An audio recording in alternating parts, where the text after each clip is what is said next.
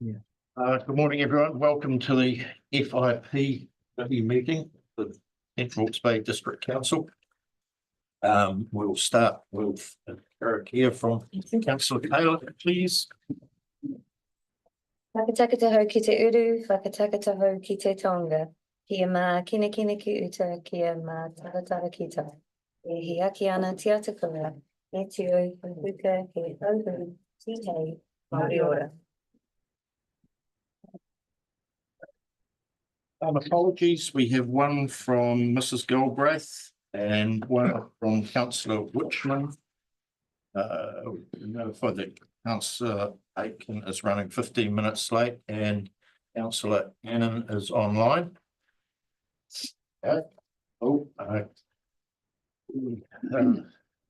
Those apologies. So Taylor, Councillor Greer. Actually, conflicts of interest. Anyone got anything to declare? No. Standing orders. I'll move that we suspend the speaking standing orders for duration of the meeting. Seconder, please.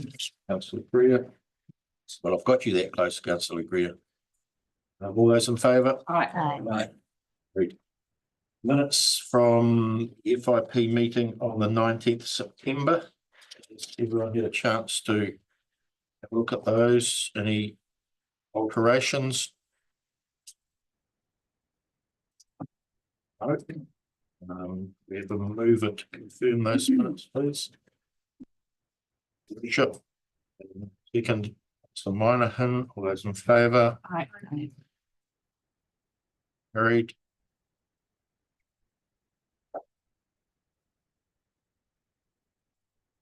All right. 6.1. First quarter financial 2024-5 year. Pamela. Good morning, Chair and councillors. So the report you have in front of you is part of our regular reporting that we do on council's finances. This is the first quarter of the financial year, so it's the 3 months of July through to September. One caveat I will say is that being 3 months, it's very early to form any real meaningful trends out of this data. It's also heavily influenced by reversals of year-end accounting carry forwards and things from the previous year. But I'll take you through how I would interpret this data. So one thing that you'll see is that councils received significant subsidies from external parties in this first quarter. And there's a table on the top of page 10 and going over to 11, detailing those, what they were for. Some of these are new subsidies and some of them are income in advance from the previous year. So you can have a look at those. In terms of fees and charges, like many businesses in New Zealand, we're influenced by the economic conditions. And that's meant that some of our activities, particularly consenting and solid waste, have been impacted by lower than normal volumes. There's a bit of information there about consenting, particularly resource consenting was significantly down. This is largely timing related. We've got a couple of large consents that got invoiced early in October and obviously don't appear in these numbers, but that reverses a lot of the negative number there. And building consents is a bit of an ongoing issue with lower volumes due to the building industry being slightly depressed. Solid waste is also down. This is actually partly due to the economic conditions and partly due to what our neighbouring council, Tararua, is now doing. So Tararua bring their solid waste to our landfill.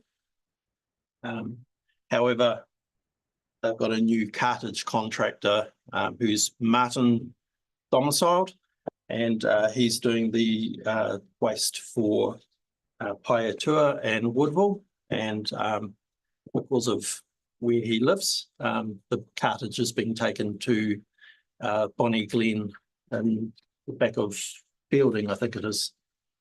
Yep.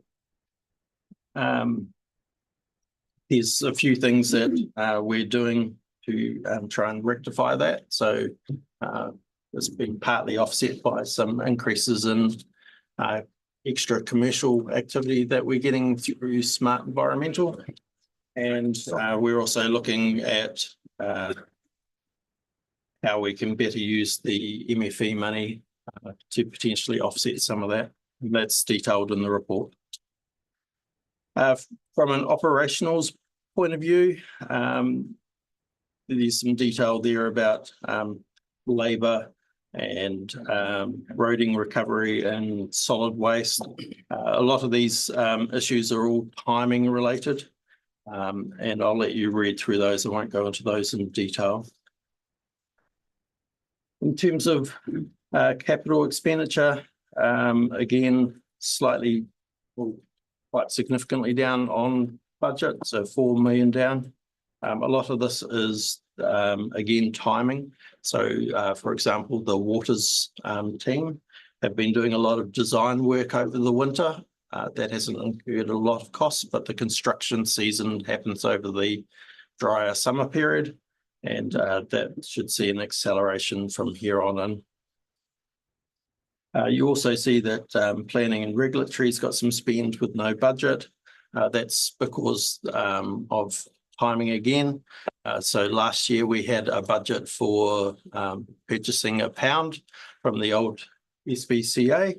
That transaction didn't actually go through in a monetary sense until this financial year. So it's matched against a prior year budget.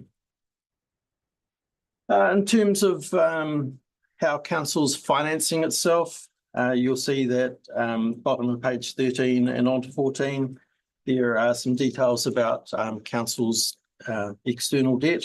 So council's refinanced 8 million of debt during the quarter and drawn in an additional 4 million of debt. And you can see the term of the loans and the interest rates there in the table on top of page 14.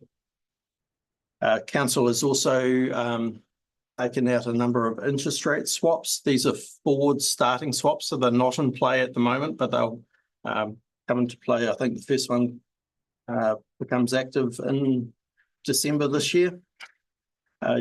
So an interest rate swap is basically an instrument that allows council to, a floating loan into a fixed loan.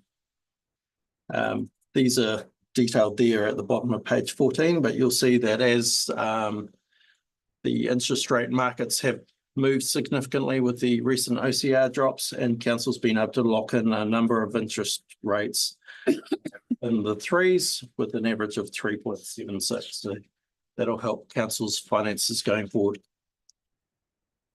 How that all fits together is on page 15. There's a detailed funding impact statement there, but I will take the rest of the report as read and happy to answer any specific questions you might have. Questions?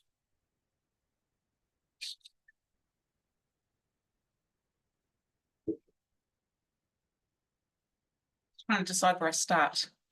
I might start on solid waste.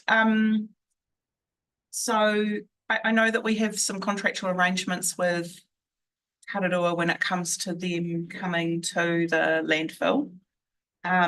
It's quite a significant opportunity for us in terms of the sustainability of the landfill, but it's also a massive financial risk for us and for our ratepayers. Can you just talk to me a little bit more about the what we do contractually agree with Tararua? I might ask Mr. Hon, who's come up and joined me.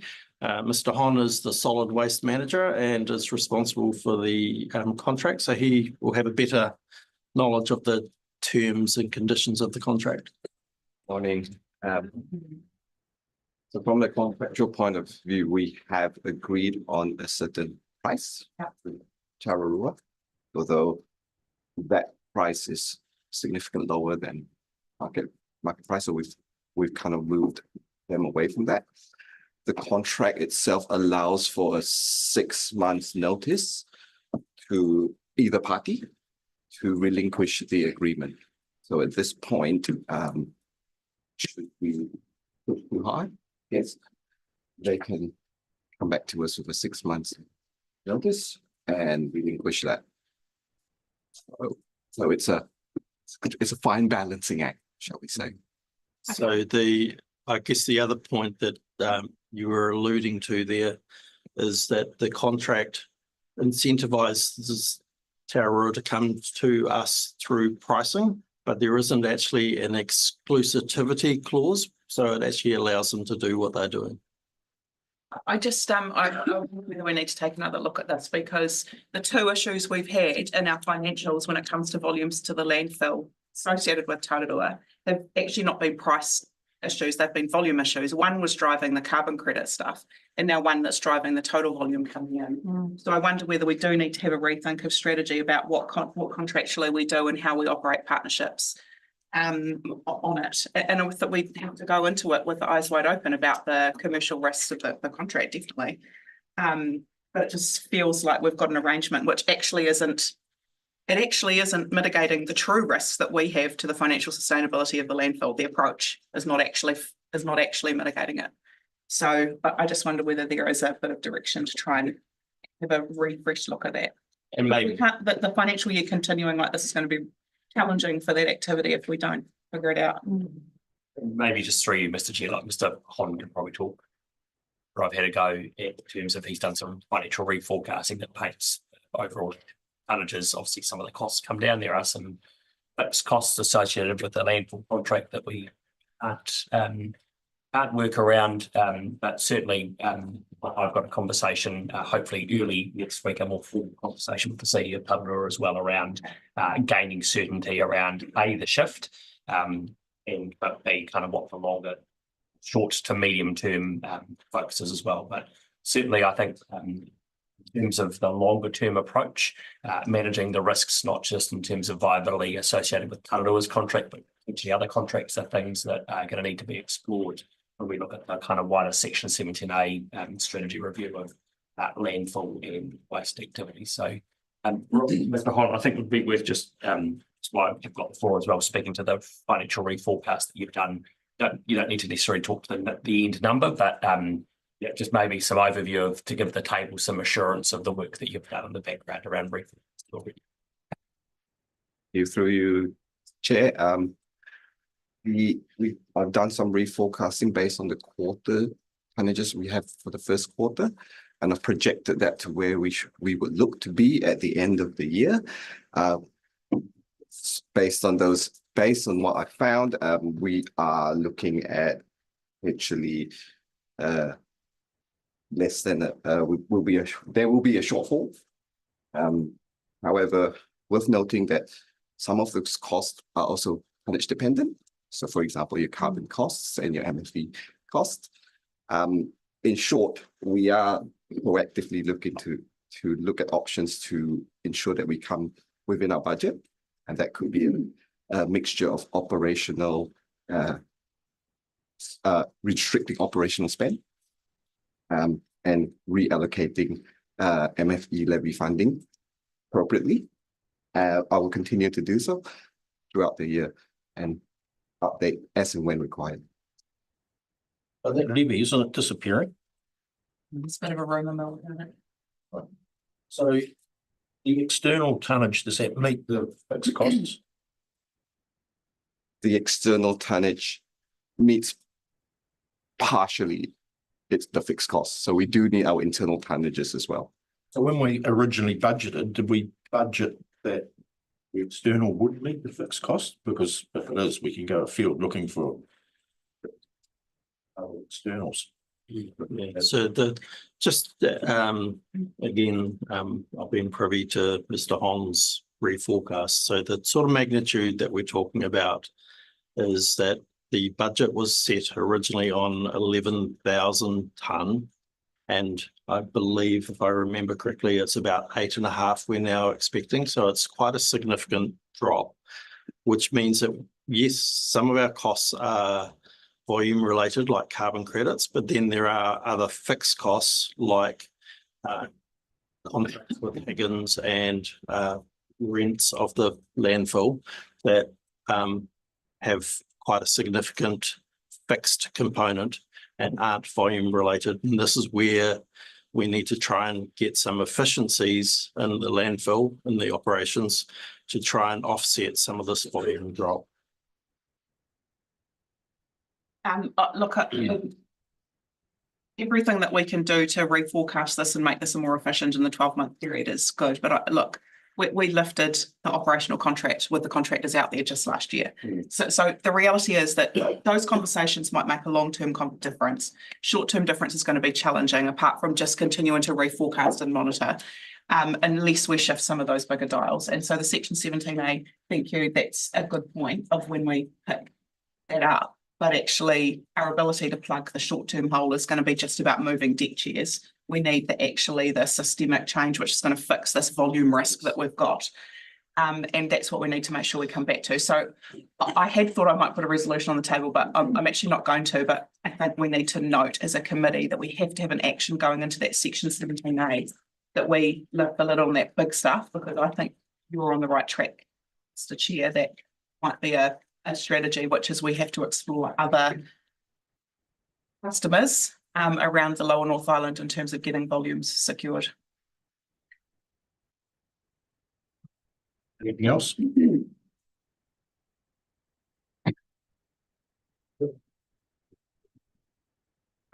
Second thing, thank you for it is a messy kind of number set for early in the year, you're right, and it's masking lots of things, but I do wonder whether, now that we've got the NZTA nearly confirmed in terms of the rest of the program for this year, thanks, whether when we come back to the next quarterly financial reporting that we've actually done a bit of a reforecast bar to sit next to the budget and actual bars, because now we know more about how much waka kotahi are going to kick in, and then consequently what our recovery program is going to be. And so it makes more sense to be monitoring whether we're actually achieving what we'd set out to do. So is that possible to do that? It's possible, and yes, you're right.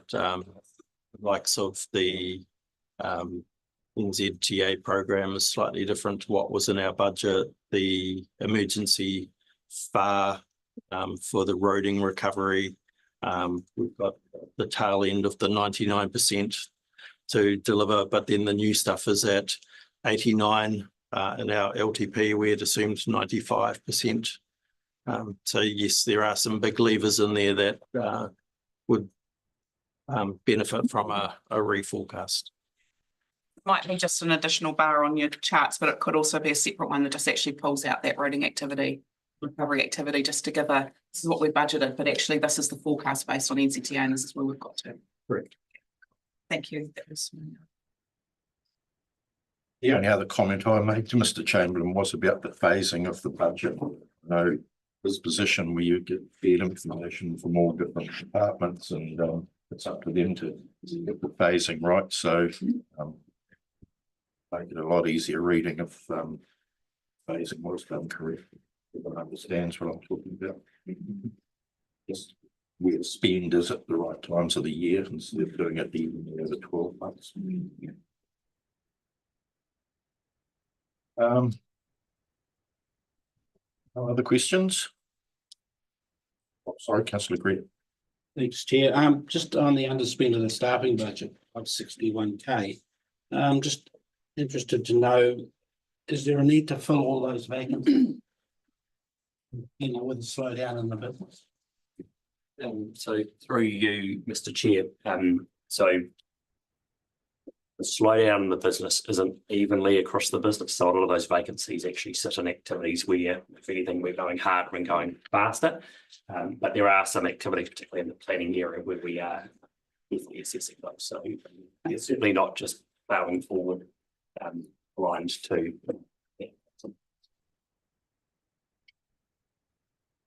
Worship. on that topic. underspend that we've had for the first quarter of the year in that line. That'll come through to the end of year in a conversation about actually what does the carry forward and wash up amongst costs and income and general rate. That's $500,000. Yeah, and through you, Mr. Chair, Which some of means that, we can't retrospectively spend that. We've got a budget to cover it for the rest of the year, but and through you, so some of that will be also masked in this early bit by payments to suppliers. So there's some staff that Sure. the contractors backfilling parts of roles. So yeah, again, there's a bit of masking and some of that. It's in different lines in terms of payments to suppliers versus payments to staff. So, again, we'll see it play out in a second. I suppose why I'm asking that question, sorry, Mr. Chair, the reason I'm asking that question is not just an early assumption that because we haven't spent that in the first quarter, that we're just going to wash that into funding other operational activities straight off the bat. So just in terms of when do you consider that in terms of that money you haven't spent on that activity? Just, you don't have to answer that. That's just what, that's why. Well, again, just through you, Mr. Chair, just probably noting in the short term that again, of the 500 underspend currently, I wouldn't hand on heart say that there's 500 that's sitting, that we're not 500 over in payments to suppliers. So again, it's with that level of yes. Councillor Ann. Yeah, thank you, Chair. I was just wondering about the money being to be used from MFE potentially, what that does to our environmental fund. So the money from MFE is basically for every tonne of waste that we put into the landfill, we pay MFE levy. MFE gives half of that levy back to us, and I think it's currently $60 a tonne is the amount that we're talking about. It's about 20,000 a month roughly at the moment. That money historically is spent on waste minimisation education and things like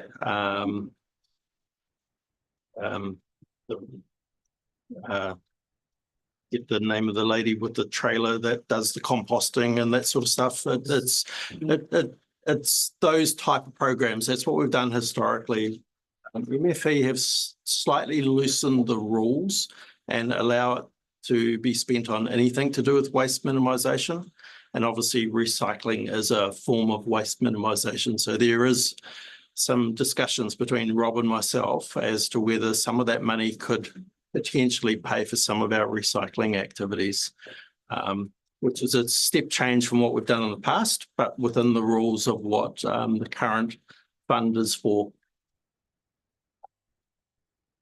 Just probably just noting, Mr. Chair, just in that whole landfill discussion, that's all part of the mechanics that we've still got to work through internally in terms of the reforecasting, but this table can potentially expect some further updates on that, either probably in the new year or potentially even December. That's where we've got some trade-off decisions that may need to come earlier around some of those. Did you mention, sorry, did you mention though there's a possibility we could lose that?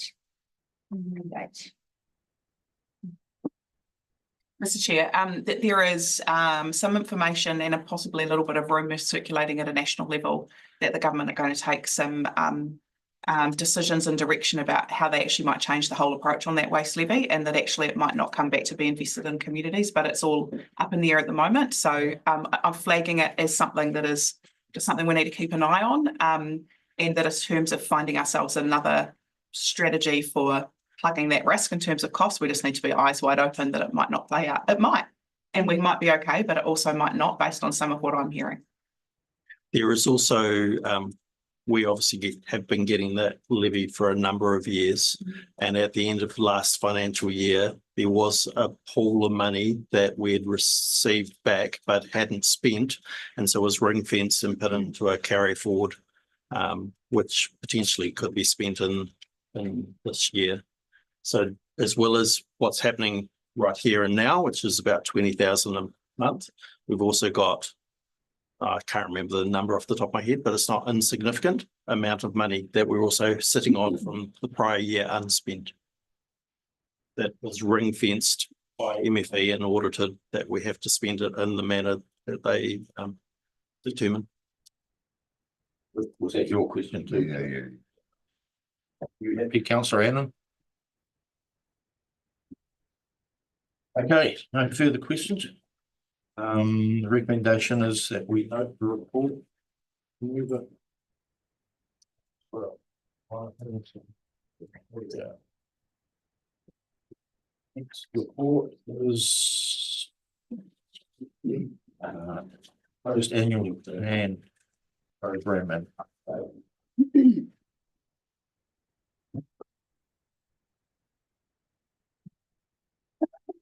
Good morning again.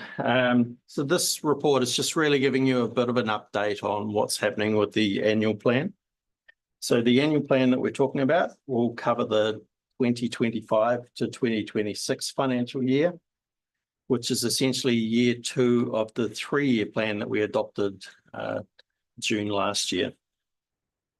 Just as a bit of a recap, obviously we've already forecast year 2, and in the year 2 of the 3-year plan, we forecast that the rate rise would be 14.9% average. And there's some tables on the top of page 18 that show that.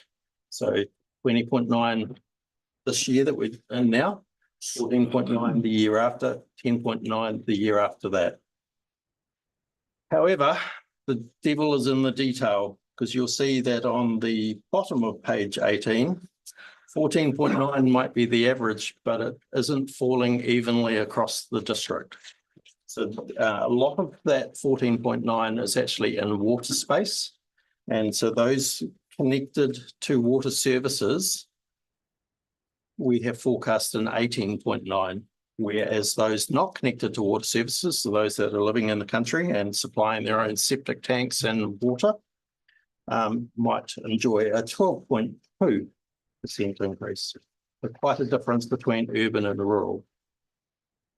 Again, to refresh your memory, on page 19, we've tried to put together a waterfall graph showing how we get from the 33 million that we're collecting in rates this year to the proposed second year of the 3-year plan, the 38.4, and what the changes are. And a lot of them are things that we don't have control over. Things like inflation, borrowing costs. We had quite a step change in our land transport budget, and that happens next year, and a further step change the year after to address some of the shortfalls in the historic land transport budgets that we've had. However, I know what you're going to say. You're going to say, well, hang on.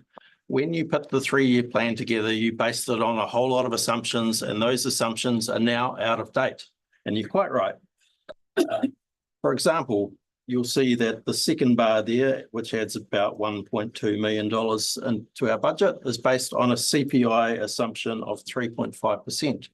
And the last CPI number that came out of the government was 2.2%. So there's potentially a 1% saving straight away that we can feed through. We also know that when we put the 3-year plan together, we made assumptions around the roading budget and what the 3-year roading envelope might look like from NZTA. And we've now had that confirmed, and it's actually a lower figure than what we were hoping for. So if we pull our budgets back to match that envelope, that again will also get you some savings. Going the other way, we also know that we had a forecast funding assistance rate for our cyclone recovery work to do with roading, where we were hoping to get 95% funding assistance, and that's now been confirmed at 89 for the current year, unconfirmed for the following year, which is the year that we're trying to budget. So there's Still some moving pieces, but what we're hopeful that we can do is by looking at interest rates, looking at CPI, etc., that we can actually pull that 14.9 back. It's just a degree of how far back we can pull it. Obviously, if we want to go harder and make a significant impact on that, there's some items on the top of page 20 that we would need to consider. So this includes things like getting additional external non-rate funding, cutting our costs further, possibly changing the phasing of our capital program and rather than trying to do it all in the next couple of years, smoothing it out and doing it over a longer period. Or we could look at possibly trying to divest ourselves of some underutilised assets. They're all possibilities, and we're going to obviously workshop through those over the next few months as we work through this budget. Again, halfway down page 20, there's a bit of a timeline there telling you what our proposed plans are. So at the moment, we're in the process of doing a line-by-line reforecast of year 2 based on the new assumptions. We hope to bring you a paper in December showing what our initial workings are. And then obviously we will get feedback from that and we'll go through a reiterative process. We'll also get additional information around things like what quotable values and how that's impacting on council in February. There's also decisions potentially, depending on what happens today, around Three Waters reform and how that may impact council's thinking. All working towards the goal of eventually adopting and putting into place a new budget to replace year 2 of the 3-year plan in June.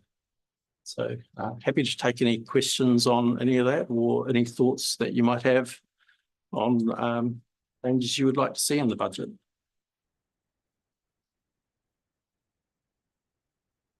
Councillor Aitken. I'd really like to dig into this graph you've got on page 19. Inflation, you sit there and say it's 1.17, it potentially could be one less than that.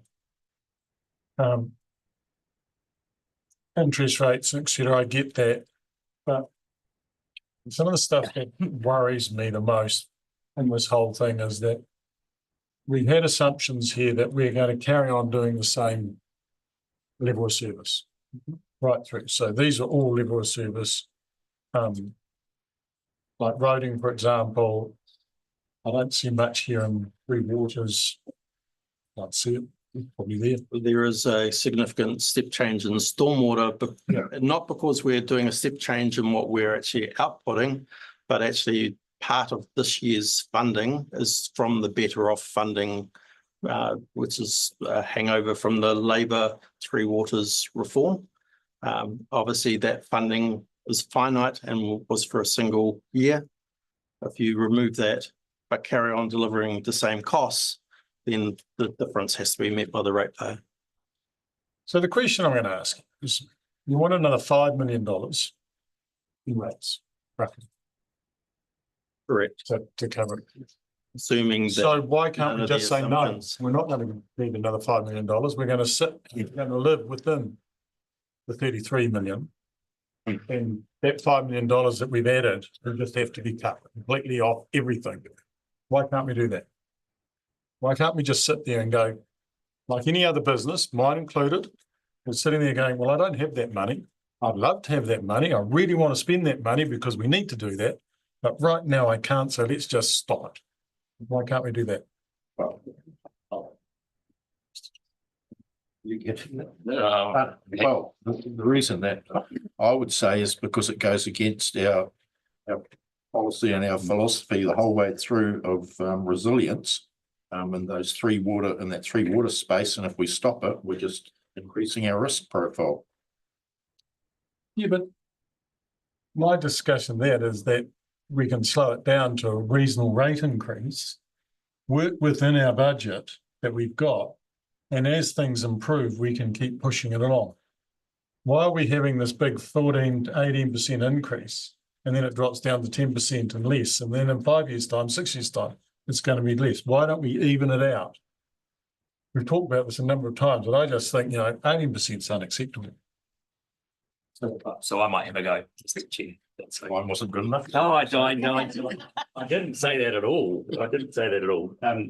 So two things, like we're less than 5 months ago now, signing off on what was your 3-year plan that set a strategy for the organisation to deliver.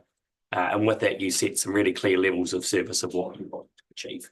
So that's probably your first milestone. If you want to go back and revisit those levels of service, that's probably a conversation for the table to have around a potential amendment to the long-term plan. So that's first one. So again, that's for discussion for the table.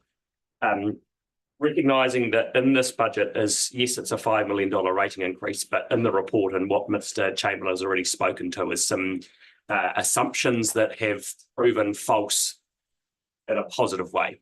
So already in our financial reports, we've got an average cost of borrowing sitting in mid-3s. We'd previously worked on, I think it was a 4.6 or a 4.5% average across our total borrowing. So already they are positive headwinds that it's not even a headwind, it's a positive win, really. So that will already see some of those numbers come back. There are some things in here, again, land transport being the example. We've spoken to the fact that what we sought from NZTA hasn't been realised, and so that will see some of those costs come back. But they will be decisions for you to make as council as well around the level of investment that you want to make, but potentially the ongoing level of reinstatement you want to see for recovery. So you've got some trade-offs to make in that. What Mr. Chamberlain did skip over a little bit was the timetable on page 20, where our big milestone really, so currently as officers we are working through our annual plan budgets, which is including reforecasting capital program. So we already know that there's aspects of the capital program that we're not going to be able to deliver this year, just simply due to phasing and timing and deliverability of that. So again, that's another positive thing. It will play catch up in years 2 and 3, but working really hard for the 12th of December, we will be bringing draft numbers back to you on a position where, again, our aim is to get you a budget that is, I think, Councillor, is reflective of all of the comments and the concerns that you have raised. The reality is a zero increase is a completely different conversation and a different direction of strategy than this table was endorsed only 5 months ago. So, yeah, so again, happy to take feedback from the table, but yeah, again, the 12th of December is the big milestone, really, where we're working to bring things back to. So, but just carry on with that. We're still spending the money. We've still got $35 million and $34 million to do what we need to do. So it's just slowing it down slightly. And the question also is, you've got a loan repayment here of $700,000+. Is that a capital project in there, that loan payment, or what's that loan repayment?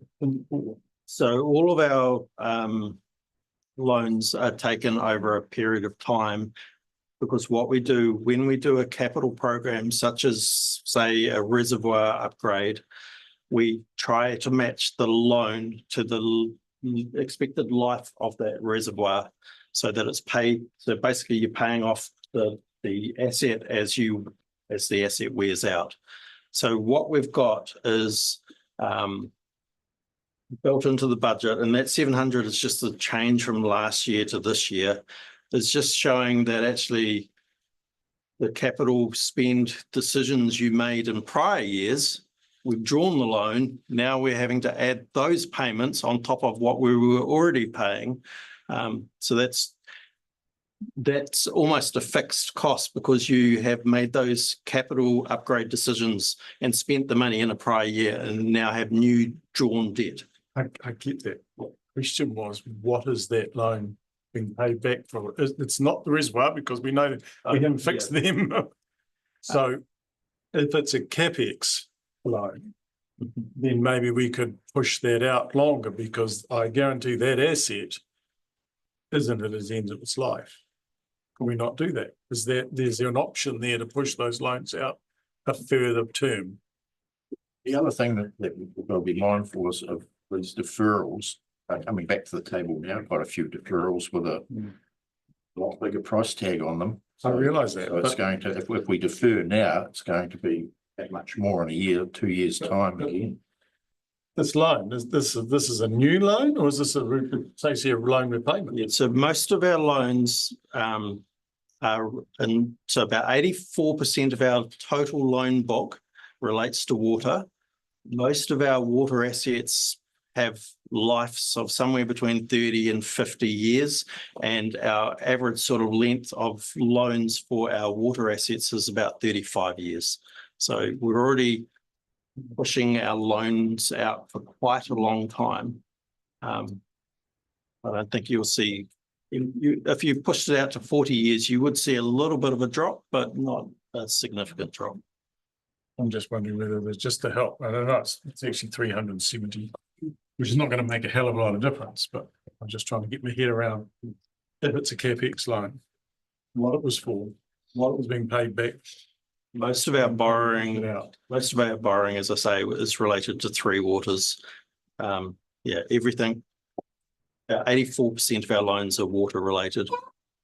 There's some loans that we've taken out post cyclone for some of the cyclone recovery. There's some loans that we've taken out recently for the pool in Waipukurau with the upgrades. So not all of it's water, but certainly the vast majority.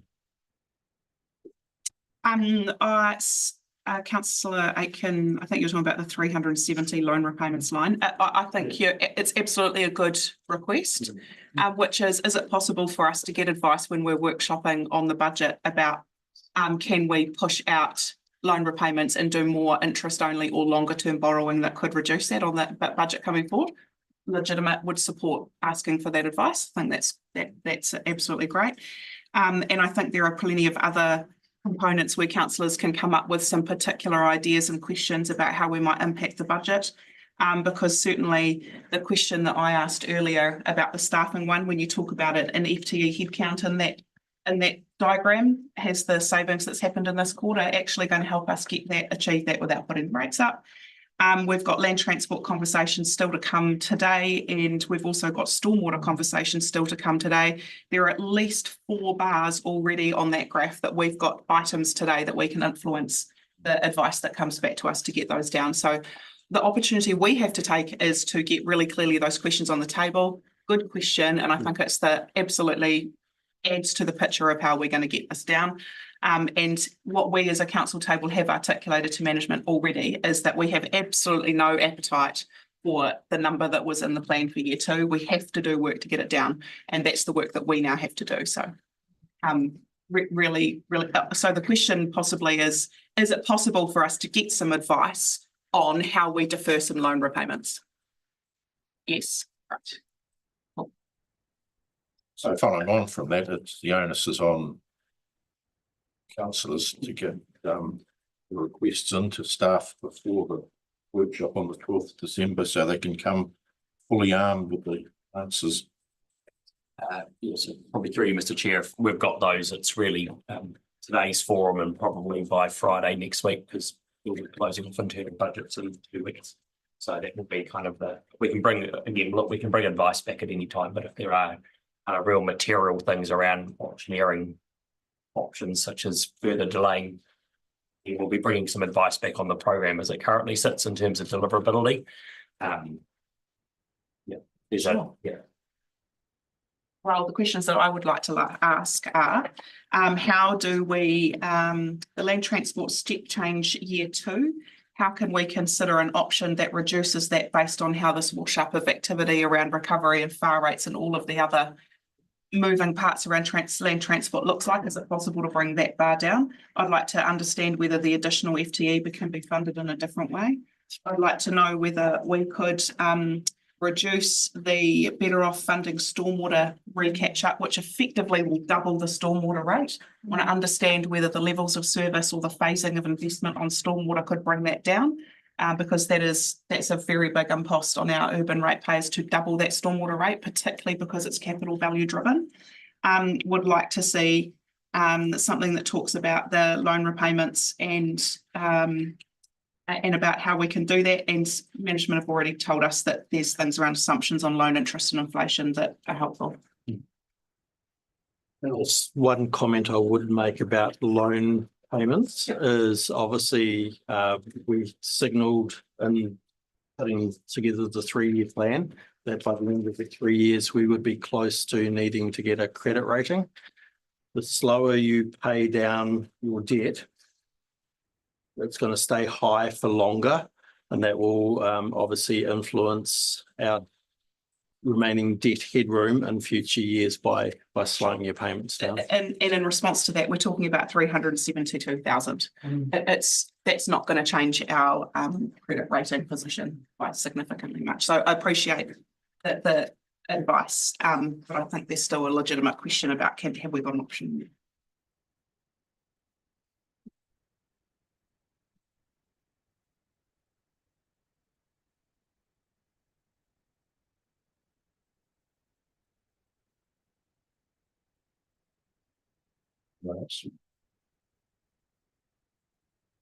Maybe just to just closing out that comment. So ideally, if there is other feedback, we'll get an email out today as well for you. But that feedback ideally kind of like Friday next week, just in the chamber, that's probably the ideal kind of place to learn that. So we can again incorporate that as some of our working assumptions into the budgets.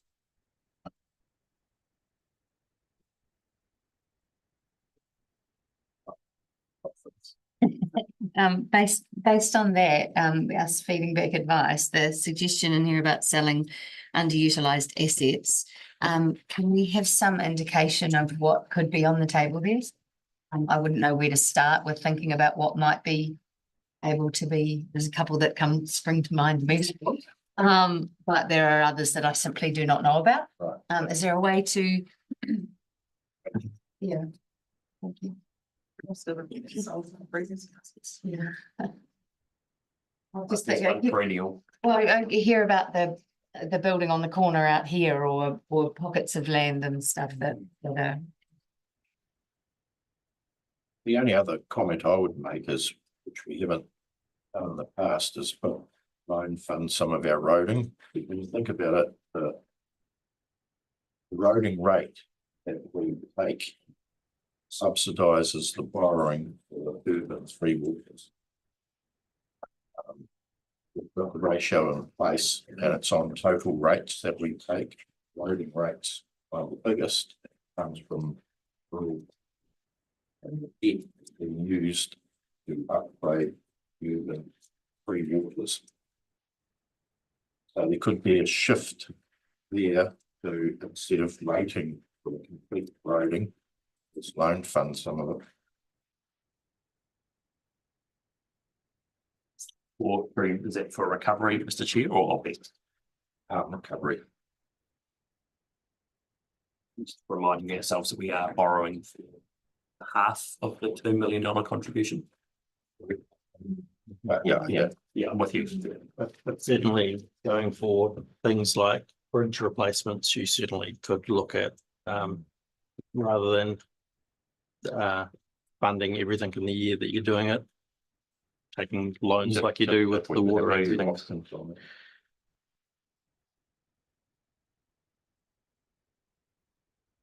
What else?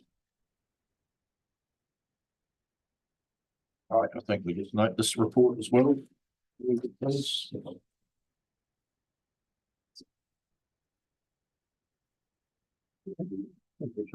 Suck a bit of oxygen.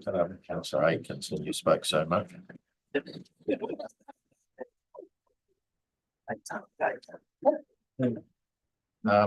6.3 QV rating revaluation update. Chamberlain again, you should have stayed here. Yep, I'm a very popular person today. Let's see. Good news. Yeah, so this is just to remind you, really, this is just bringing you some information that you've already had. But so when we set our rates, some of our rates are general rates and they're based on land or capital value. And some of our rates are targeted rates, and they're targeted to only if you have a water connection, or only if you're in a rubbish or recycling zone and you have a truck going past your house, do you pay them? It's about 59% of our rates are based on property values. These property values are set by quotable value. They're set every 3 years under legislation. It was last done in September 2021, and the process for revaluing started again in September 2024. QV are well down the track of doing this work. They've been working in the background with council officers, asking questions such as what was the zoning of all the properties under the operative plan? What properties got damaged in the floods that we had recently? What consents have been issued over the past couple of years? Do we have an earthquake-prone building register? Do we have a weather-tight home issue in Central Hawke's Bay, etc.? You can see them there. Council sought some clarification on Cyclone Gabrielle and the flooded properties and how they were going to value those. And you can see in italics there on page 23 what their responses were. I won't go into those, but needless to say that potentially the properties that were flooded and particularly Prongaho, where there's still a little bit of uncertainty, may be impacted in the valuation process. The process that they're working through is that by January of next year, they have to send a file to Wellington, to the Office of the Valuer General, who does an independent review of what QV is putting together. The files go through this audit process and then get signed off in February.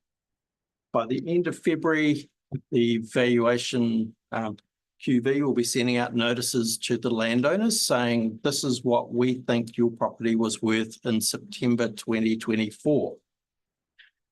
They then have a period of objection, which will go from February through to early April. And then hopefully, touch wood, by the end of May, we've resolved all those objections, and this new value of the properties can be used for setting our rates for the 25-26 year.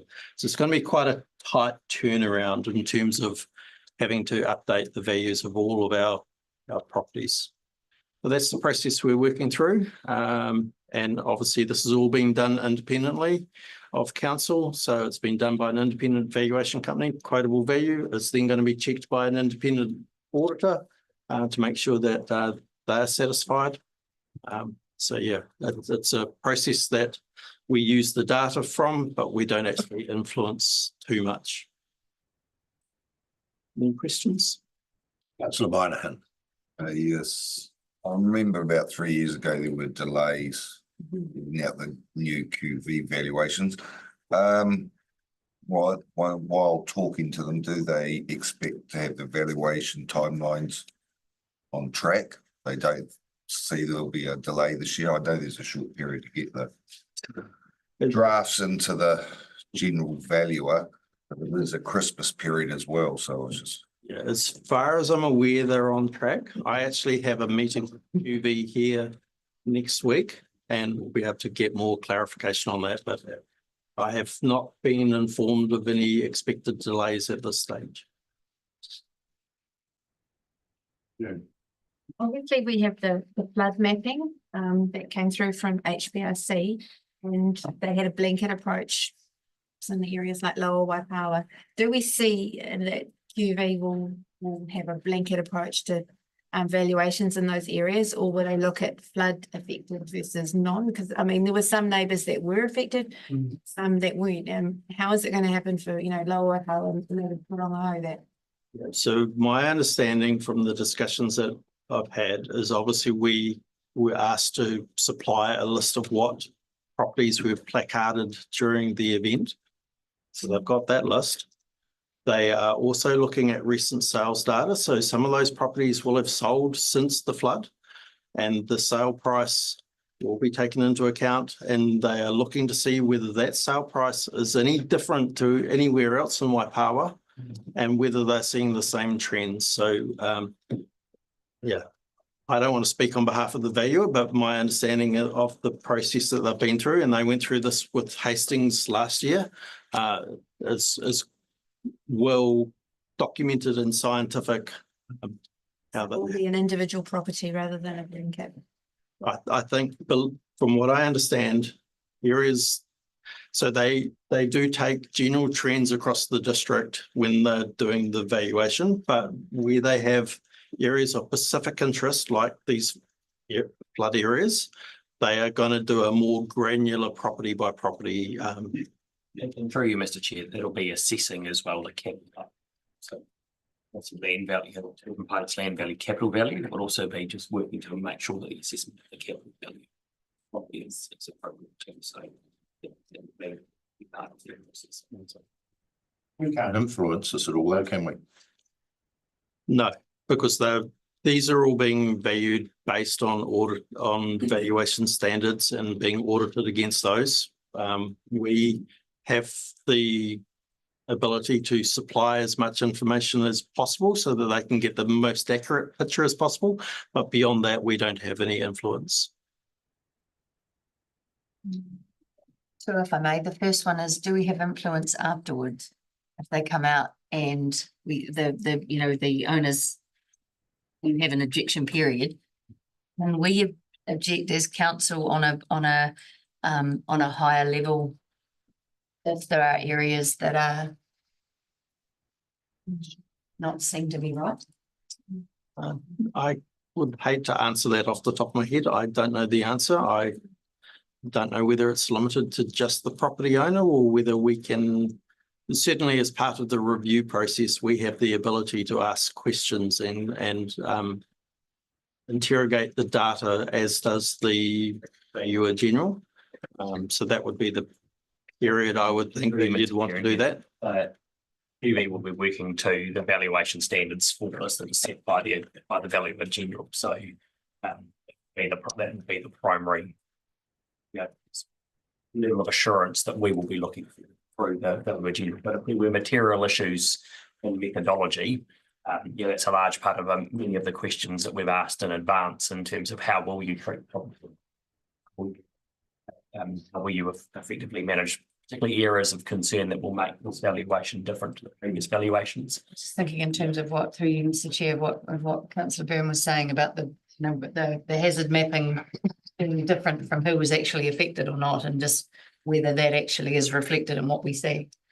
And just probably the second point is, Mr. Chamberlain talked about through Mr. Chair, is we're probably different if we were first cab off the rank. So Hastings were going through the evaluation at the time of the flood as well. And so part of that was the delay, but there's been, as I understand, Tairāwhiti Gisborne has been through the QV process as well in the similar period. So if we're not the only Niue affected district that has also been through this process as well and tested some of those key concerns that we might have around particularly that event. So. Through you, Mr. Chair, just for clarification, do we see those draft, royal we, see those draft files when they go to the valuer general in January? Or do we not see them until owners, No, before the values go out publicly, QV are actually going to come, and that's not in this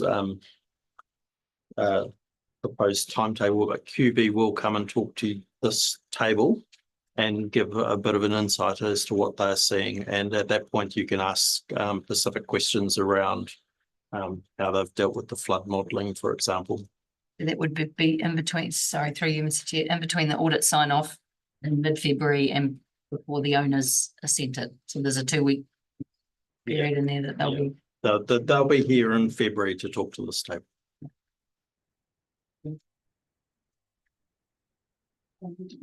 Oh yeah, totally different tech. I just I got onto that one after similar thing. Similar thing. So two things.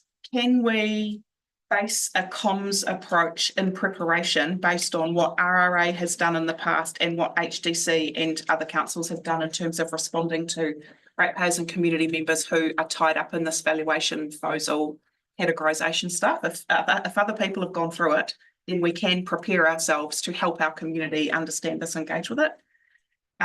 Is that possible? And can we also think about how we might provide advice to community members who are affected by that, about encouraging them or making it really obvious to them that they can object, and that's the best place for them to assert their figuring out what this all means for them. And have we been talking to HBRC about what QV changes will mean for them? Because their rating here is based on the QVs that we do. So their valuation is the same as our valuation, so their rates will be affected by this as well. I haven't had any conversations with anyone at HBRC specifically about this. I would imagine that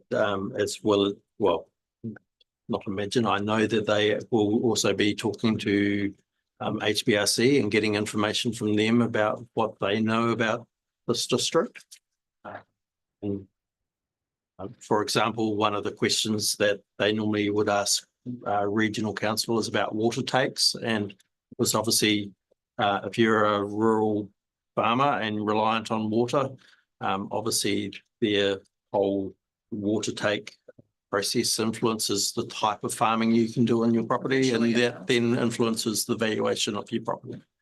So yeah, so they certainly will be having similar side conversations with regional. Can I ask that? So what we know is that a big thing that's affecting our ratepayers at the moment has been this really messy rating-based change that they've done, which has affected particularly our flood-affected communities like Waipawa with this whole zoning, who rates what.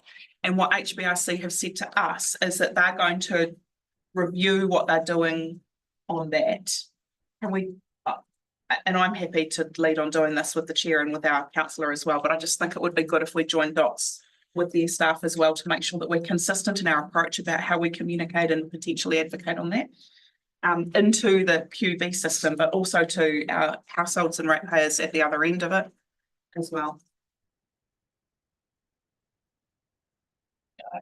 Through you, yes, I'll take an action up with worship and the mayor as well, worship and the chair, sorry.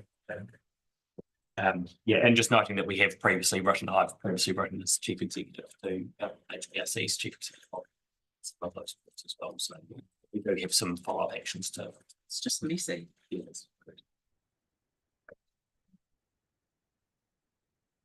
I had one on comms, but it wasn't similar. It was the after effect as well. But is it possible to have something before, or as it's sort of happening, to prepare them? We normally get hammered for we've changed the rates, the values, so that we can get more money.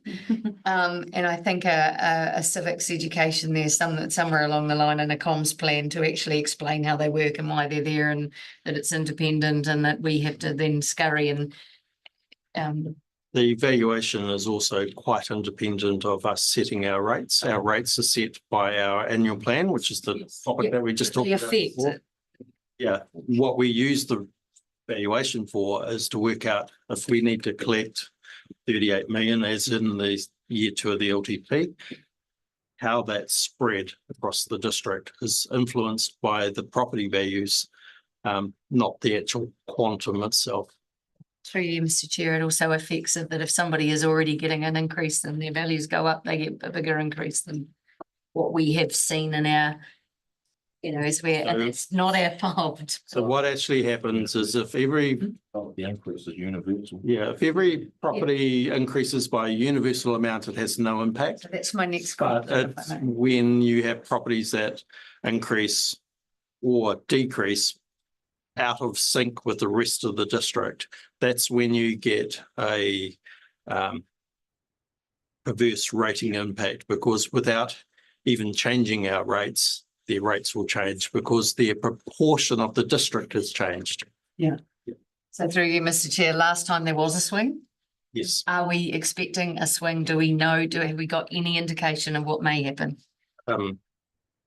Yes, we got some very early information from them back in probably September, August this year, that their initial glance across the district was that they felt that residential properties had eased by somewhere between 10 and 15%. And again, this was very, very early before they'd actually started the valuation. So don't quote these numbers and rest your decisions on it.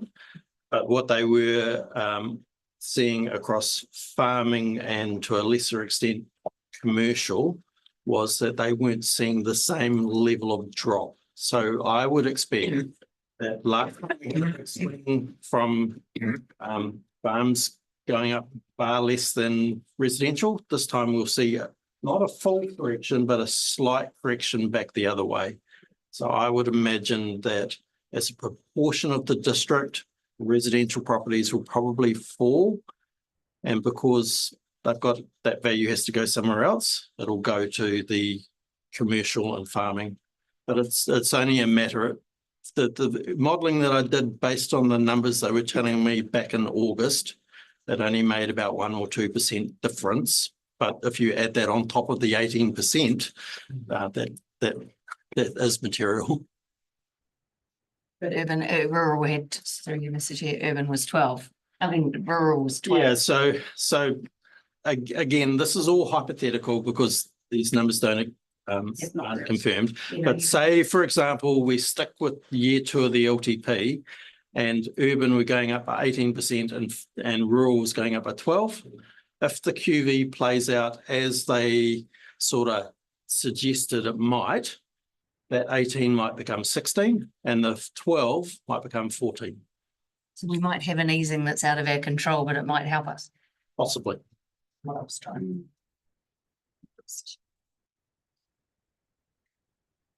That to do. Recommendation is. Sorry to disturb you. Just one, I make the comment, and I guess QV is going to are aware of it, is that, you know, some of these rural properties whereby one neighbour has no effect from his cyclone damage, another neighbour has probably lost up to a third of his productive land. How is QV going to tap into or know that is the situation on their property and value it accordingly? Again, it comes back to your understanding of the district. They have been out. My understanding is that they've actually personally written to quite a few of the large farm properties and some of the commercial property owners.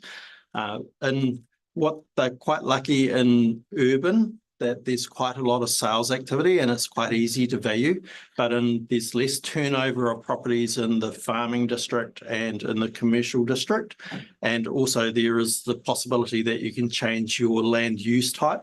So my understanding is that already QV have written to a number of those properties and sent them questionnaires to try and glean some of that information so that they can feed it into their valuation process.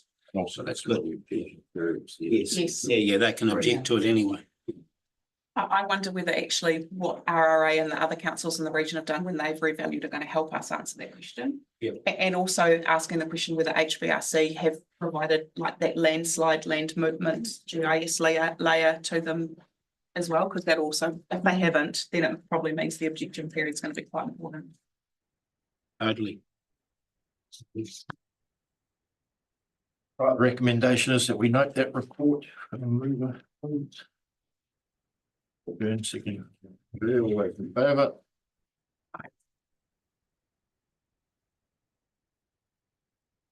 Item 6.2, local water down. Yeah. So what I'm asking from you today is noting the policy and legislative requirements that have subsequently changed under what is now the Local Water Done Well legislative framework, noting some of the very early modelling work that's been undertaken and then to endorse the process to progress with the development of a business case, which is the next logical step in terms of our progress to meet our timeframes of 3 September 2025 to have a local water service delivery plan completed.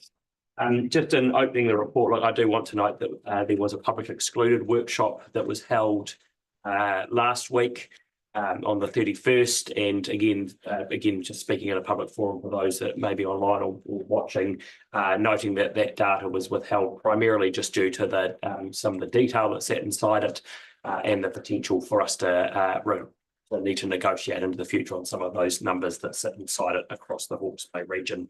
The key points that come through from that data, though, are summarised in the table on the 3 options that are really available to us on the top of page 29, which set out what are the baseline assumptions in terms of the 3 options that are practically to be considered in the business case, being testing Central Hawke's Bay water services being delivered alone, Central Hawke's Bay working again alone in a water services CCO, and working regionally in a regional water services CCO.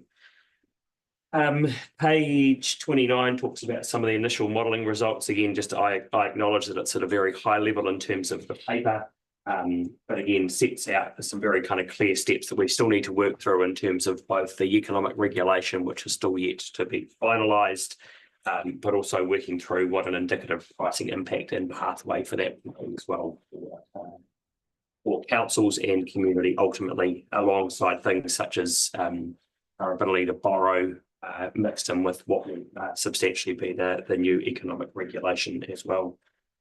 Just noting, just to kind of close out the business case decision. This decision is today. I think we are the first council off the rank this morning, but also being considered by Napier this afternoon. The basis of the paper is the same that's been presented to Napier. So Napier at 1 o'clock, I think it is, and Hastings early this afternoon as well. So again, seeking that regional endorsement, Wairoa is next week. So yeah, look, I could go into a lot of detail around the table, but again, the key decision really is to move on to the business case. It's a logical and practical decision to move forward with our legislative needs to meet our requirements in terms of the local legislation. But happy to take any questions, and I'll answer them as best I can. Correct. With this business case, are we going to see things like the governance structure, ownership structure,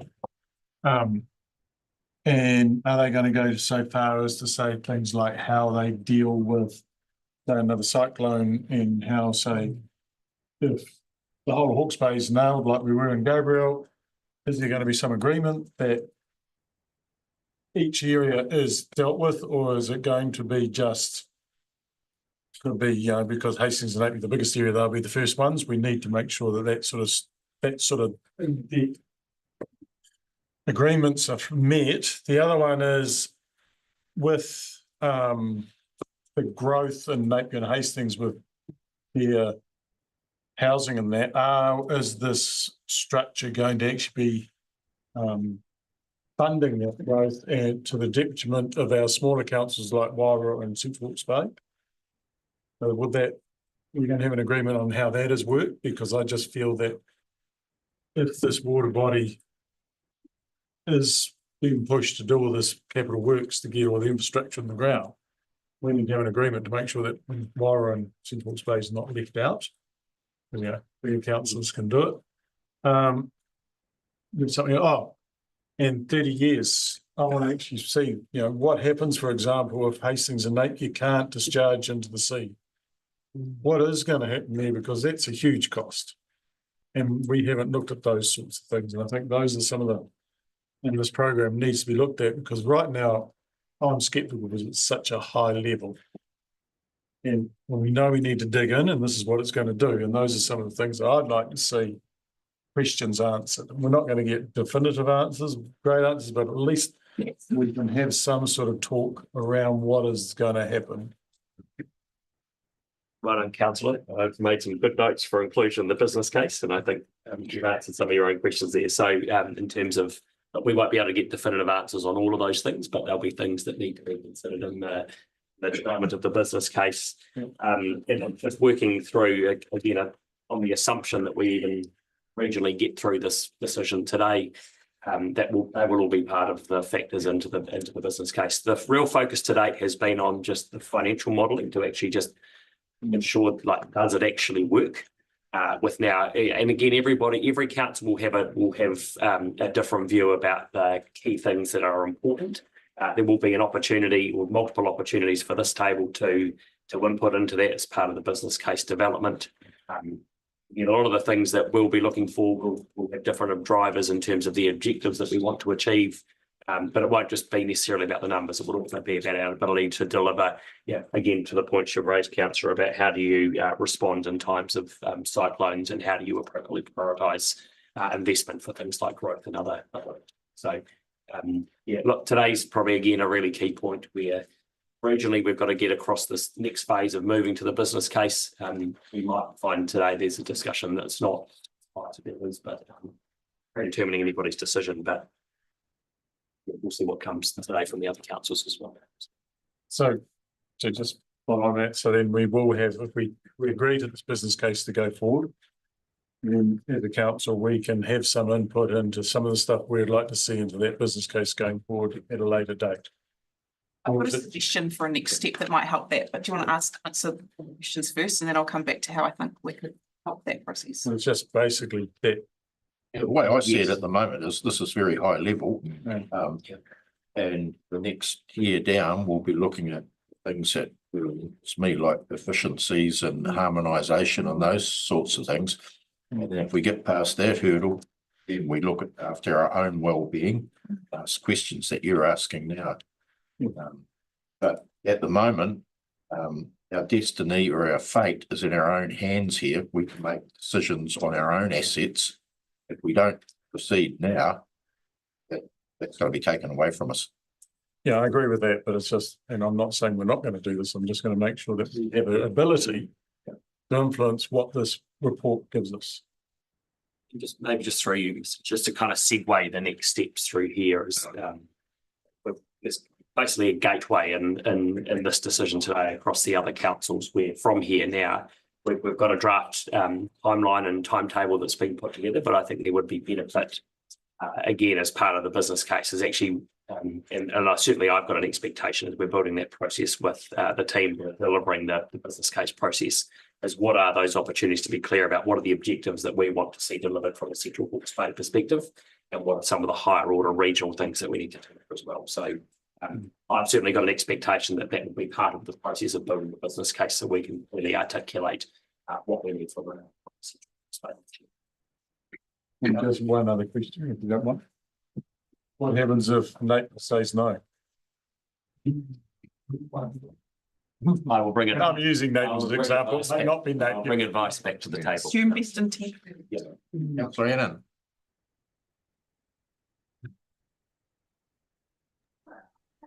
Yeah, thank you, Chair. I was just mine was similar sort of questioning as to, when do we actually get to have a little bit of a say as to how this plays out. But I hear that you saying about that strategic space. But I guess the sad part for me is that this has been driven by legislation. Once upon a time, we were being driven by our need to work together and efficiencies, what was good for our people, that sort of stuff. So I wonder if maybe we actually spend some time revisiting those high principles that we agreed on when we talked about Hawke's Bay Waters right at the very beginning, even way before Labour's Three Waters stuff, so that we can just remind ourselves as to with some of the original thinking that we wanted to have in this, especially as we get through to the business case. But I think the other thing that I would like to see in the business case is that this model is still relatively, well, it's actually still unaffordable. And so I really would like to see in there that, yes, we're being told that it's legislation, we have to do this, but at the end of the day, we still we were all being pushed to do it because it was unaffordable. This doesn't actually change that. It still makes it unaffordable. We need the government to understand that actually we need to have some innovation and some thoughts around funding of the waters programs. And so, yeah, I just want to make sure that that's built into the business case, please. And whether or not we actually start to have a brain dump and put some of our own suggestions forward around things that we've talked about in the past, like GST on payments to suppliers and materials, return to the CCO. I know locally we've talked about a capital contribution to be able to reduce that debt going into this, because I know the debt's ring fenced, and so we're stuck with it. So we somehow need to ease that for future generations, but whether or not that could actually be a carrot to the government to say, hey, if we put forward a capital contribution, then could they potentially match it? And then also, look, ultimately, we're always going to be looking for that one-off capital contribution from the government to be able to actually offset the underinvestment for the last 100 years. So I get that we have to do this. I get that it's legislation, but we still want to push back in the fact that actually the government need to understand that just because they're making us do this, it doesn't make it affordable or any better for any of us. It actually just means that we're combining the issues. So yeah, that's just my thoughts around it.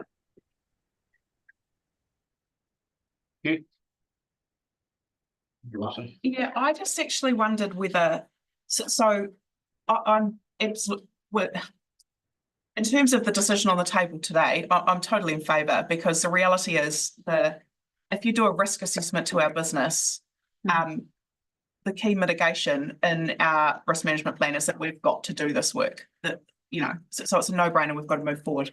But picking up on what Deputy Mayor Kelly just said and others have said, I wonder whether we actually we take an additional resolution, which is something along the lines of that we work on actually a 1 or 2 page document which clearly articulates where we think the current principles from a Central Hawke's Bay perspective lie, which covers some of what Councillor Aitken has said, what Kelly has said, what others have said, because we did talk about some other things when we did that workshop. It might be helpful for us to collate that into a document where we're really clear, because I tend to agree with you, Councillor Kelly, that if we haven't gone back to actually a why which is grounded in us and in our communities and our region, and if we just do it as a responding to regulation, it's, we're going to come unstuck.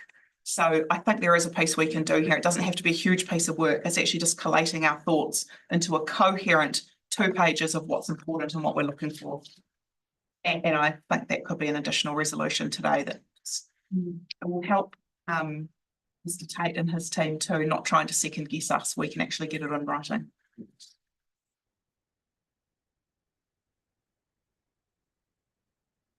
And we can we'll do that on the 28th. My suggestion is that we have something to come back and actually workshop to finalise. This is not creating something out of the ordinary. We've done so much work and so much kōrero on this topic. It shouldn't be. I mean, I could probably sit down this afternoon and type it up myself. It's pretty logical. Yeah.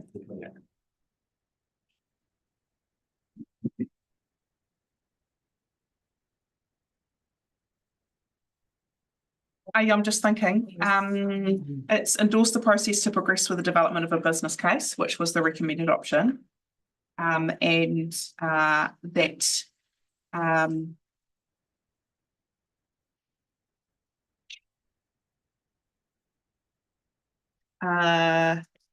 number 4 creates a principles, values, and outcomes summary of what CHBDC would like to achieve.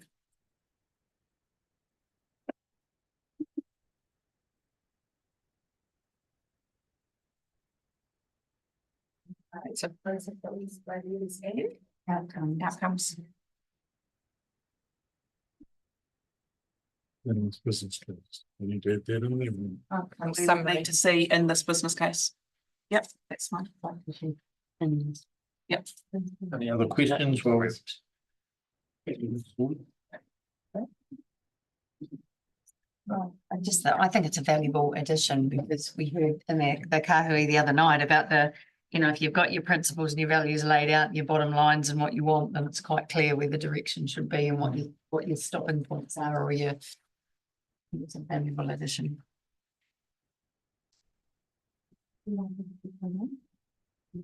I'm pretty sure you've got what you read out then was right.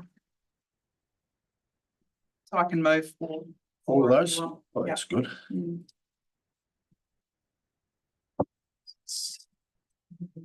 Yeah, and second. Oh, yeah. Oh, yes, done that. Oh, man, I was just, I was doing it, so I just gave you one. You want I know I've said enough today. okay, all those in favour? Aye. It's carried. Monko.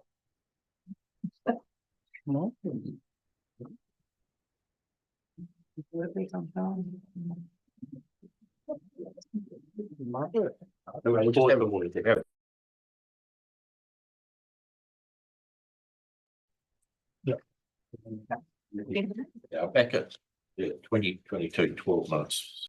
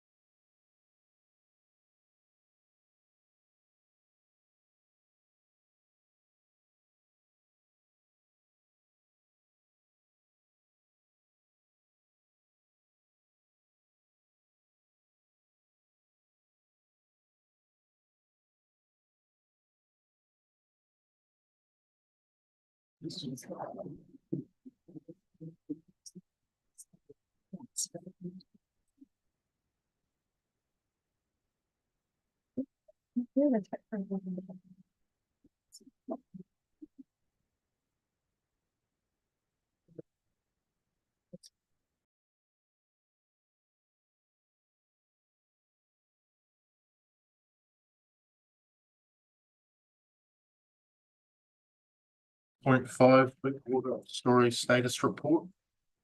Good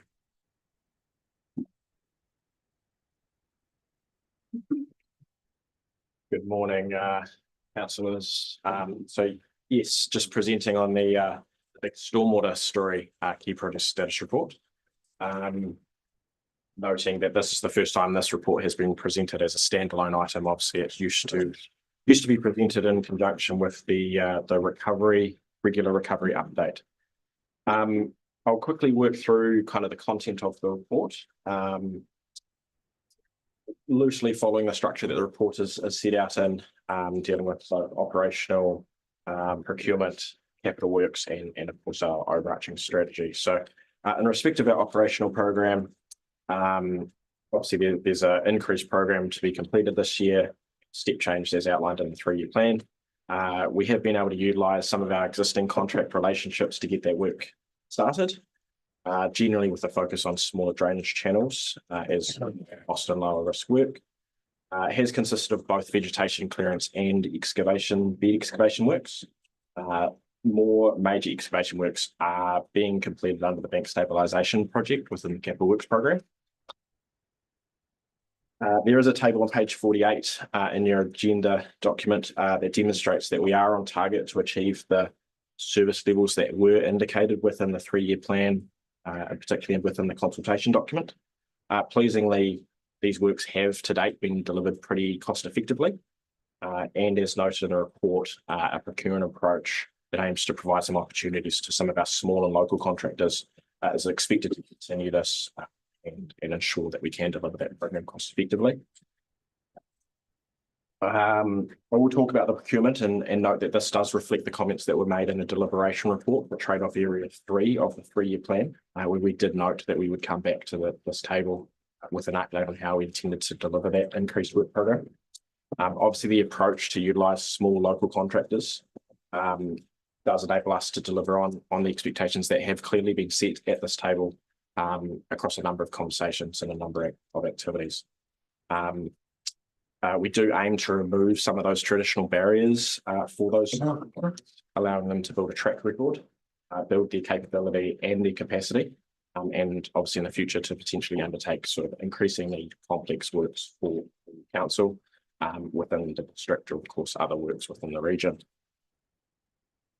I would note as well that a side benefit of that is that a number of those contractors have extensive local knowledge, and obviously we could all do with benefiting from that as well.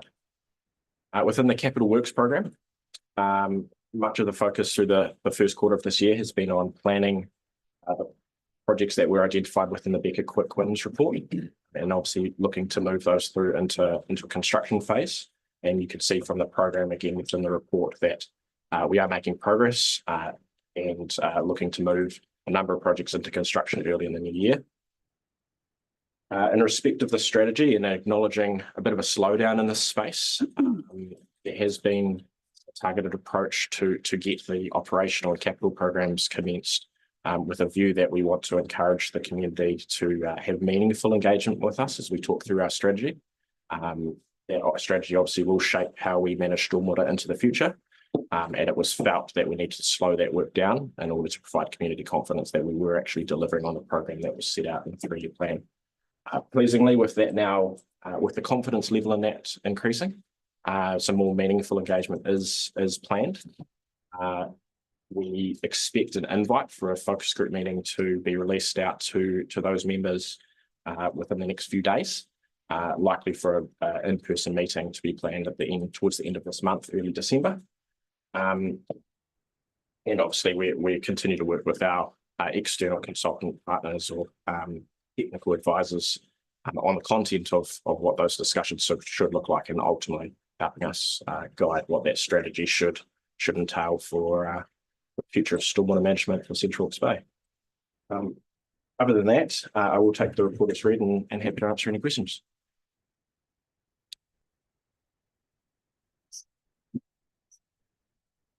So Moynihan, Yes, I was reading the background and the information regarding increased operational work programs, and then there was at pace for revised capital works programs. With flooding. And then there was new levels of service relating to open drain maintenance and inspection, which is all good. My question was, going forward, and this is sort of looking at around costing, future costings. When we do this, does these projects have to be done frequently? How frequently do they have to be done annually, or can they be done less frequently? It's just that I was looking at the costings at future, especially with open drain. So is there any way that we look and say, this will be the costings going forward? It's quite high. Do we need to maintain at that level all the time going forward every annual year? Because I was just thinking, my brother does a drain on his farm, and then he can actually pause for 2 or 3 years, and then it needs to be looked at again. So I was just wondering, do we need to keep this pace going forward and forward and forward? Chair.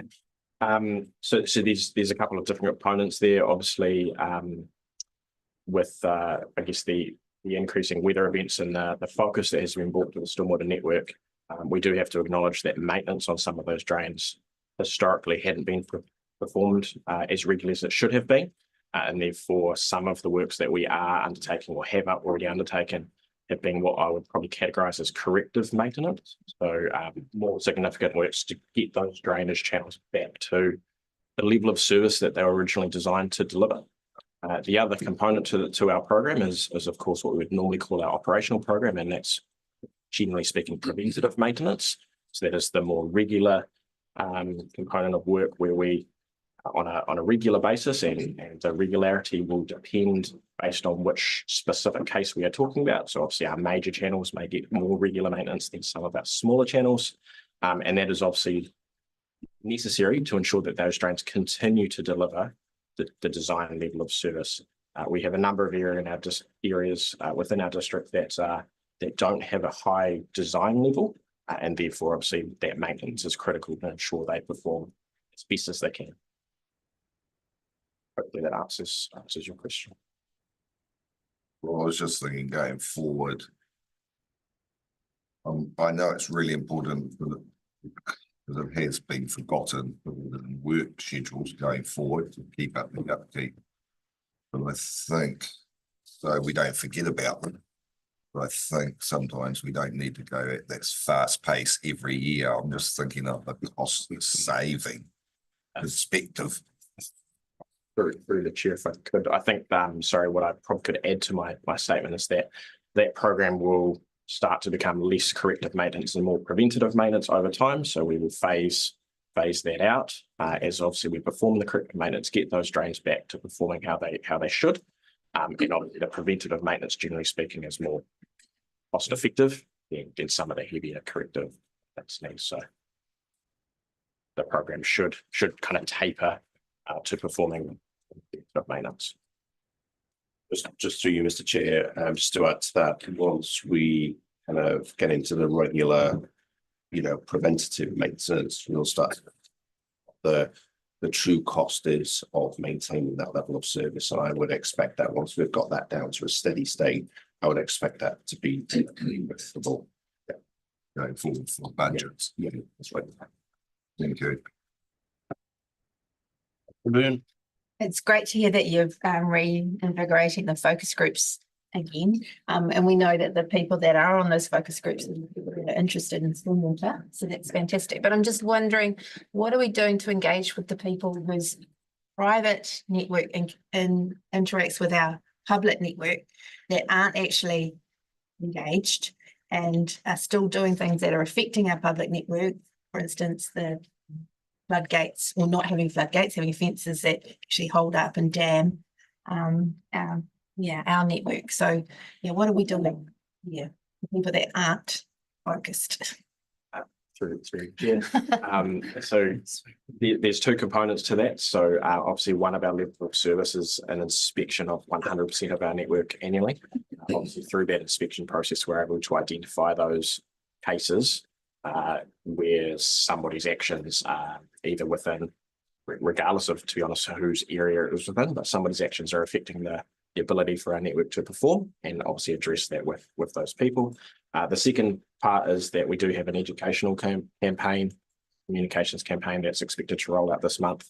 And the focus of that campaign is, what part do you play in the performance of our network? So every one of us plays a part, you know, from not dropping litter on the side of the road that enters a sump, to, as you've described, you know, building a fence or maintaining a fence that's actually impeding the flow of stormwater. So again, happy to have any comments on anything additional that we can do in those spaces, and more than happy for any ideas. But we do have planned to roll out that campaign, and we do regularly engage with those people who are acting in a way that's not in the best interest of the network's performance.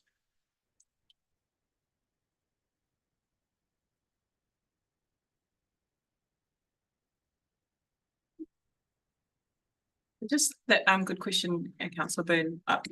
When I think of who I've interacted with over the last 8 years on stormwater concerns, there's some really fine subtleties around how different people are playing in the network. And so some people have got the end of council drains that go through their property where there's an easement or a notification on the map of their property that they've got to do something. Some of them don't have that notification on their title. And there's been a little bit of Chinese whispers over time around whose responsibility it is to clear the drain and whose it's not. And so it's not even just about private drains per se, it's actually about those that are marked as being connected to council network and are across people's properties. So it's actually quite nuanced, and there is the possibility that this whole conversation opens up a whole lot of previous conversations where people have heard something from council about what they won't do when it comes to those drains. That'll just re-prompt a lot of conversations. It's actually a really fine line for us to walk, I think. Thank you for the email dialogue on my questions earlier this week, and one of them was about this level of service and how we're smoothing that and interpreting that. And I just want to flag to councillors, I do think we've got a little bit of an issue where the interpretation of the level of service on stormwater and the consultation documents split out into vegetation clearance and excavation, but then actually in the 3-year plan it's called maintenance, doesn't actually say excavation, and it's got a 20% number on it, which is the excavation number. We need to be really careful around that, where we might have a little bit of a lost in translation through that, but it does provide some opportunity to think about how to do things smarter. And does it mean, Mr. Swinburne, that at the end of the year, potentially we've got some carry forward from that better off funding to take into next year, which is going to offset in addition to rates going into the next budget? Through the chair, yes, that is essentially that in summary. Obviously those numbers are to be determined. We're working on those at the moment as part of our internal annual plan process for forecasting, but the expectation is that there will be some carry forward from that better off funding that will be able to move into the year 2 bucket and to ultimately smooth that targeted stormwater rate. And is there something in the, so you provided me a little bit of commentary about the cost effectiveness of how you've been doing that drainage clearing work, which almost answered a question we'd had about the procurement strategies on another topic, which was there's a perception in community that get the local guys to do it and it's more efficient and it's more cost effective compared to sometimes what we hear as the flip narrative.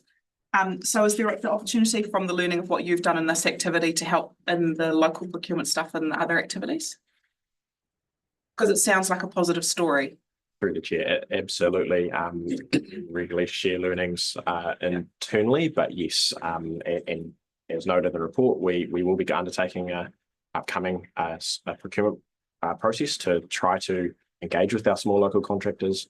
We will obviously post that better understand what the best way to deliver this activity in the most effective way is, and again, share those learnings with our colleagues. Thank you. To add to that, through you, Mr. Chair, I think it's fair to say we've heard elected members, loud and clear on local suppliers. So we are applying that thinking across everything that we're doing and using the road maintenance contractors as the significant piece of work where there are, there are big opportunities for local suppliers over a long period of time. Which is awesome, but we've kind of got some practical learnings from this activity, which is actually proving at a glance, it looks like it's proving some of the premise at this table, which was we can, by being practically connected to local people in a small way, we can actually do things more efficiently. That's kind of what it reads like. Yeah, maybe just three, just a caution that there are some quite Bishop's words, some quite clear nuances and differences in this work versus some of the wider work. So certainly picking up the intent of using local and taking advantage of those opportunities where we can. You're just being careful around health and safety, public liability, so that we're covered as a council, yeah.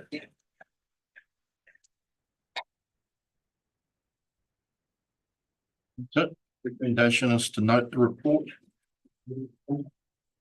And, oh, sorry, we'll go back a step. Councillor Annan. Sorry, I just wanted to have one thoughts and question. Is it usual practice that we would break it into 3 core work streams, maintenance program, capital works program, and then the overarching strategy?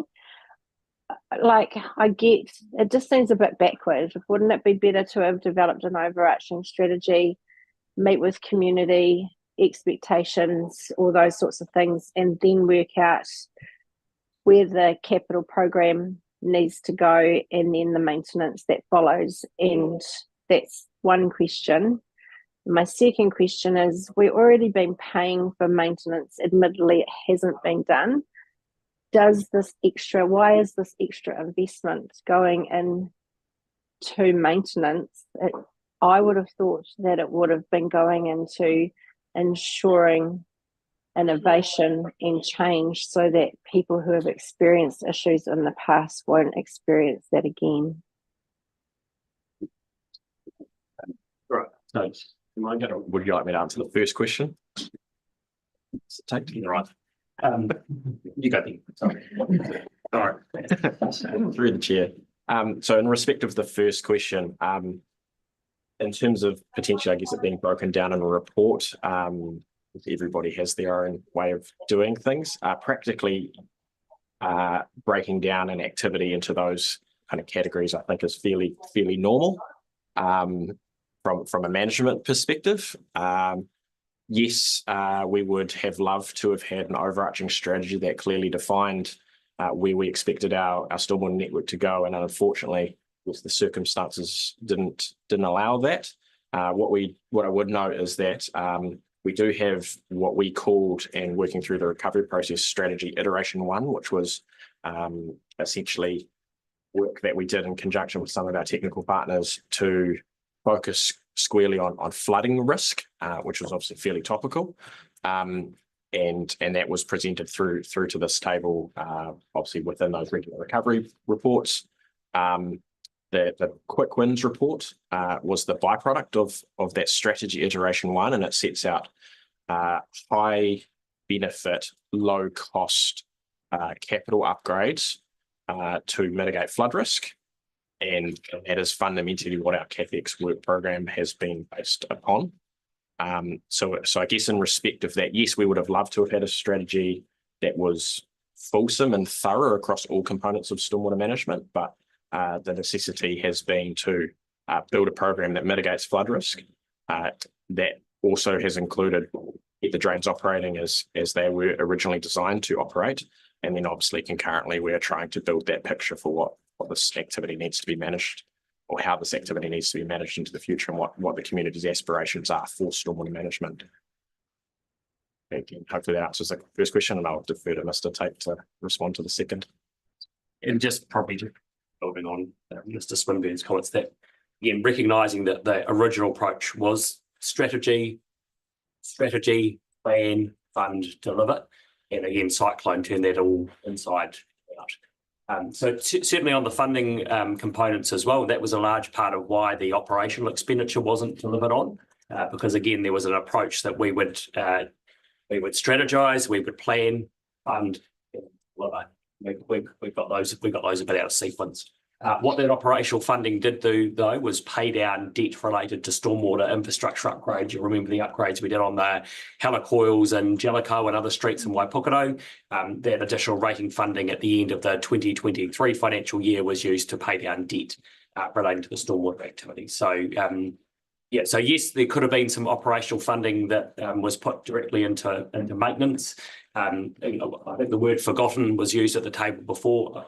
I don't know so much it was forgotten. It was probably more of a deliberate strategy at that stage to plan, strategize, plan, and then get on and kind of in this no band-aids approach of doing things once and doing it right. So, happy to take any further questions, clarifications. With that, Councillor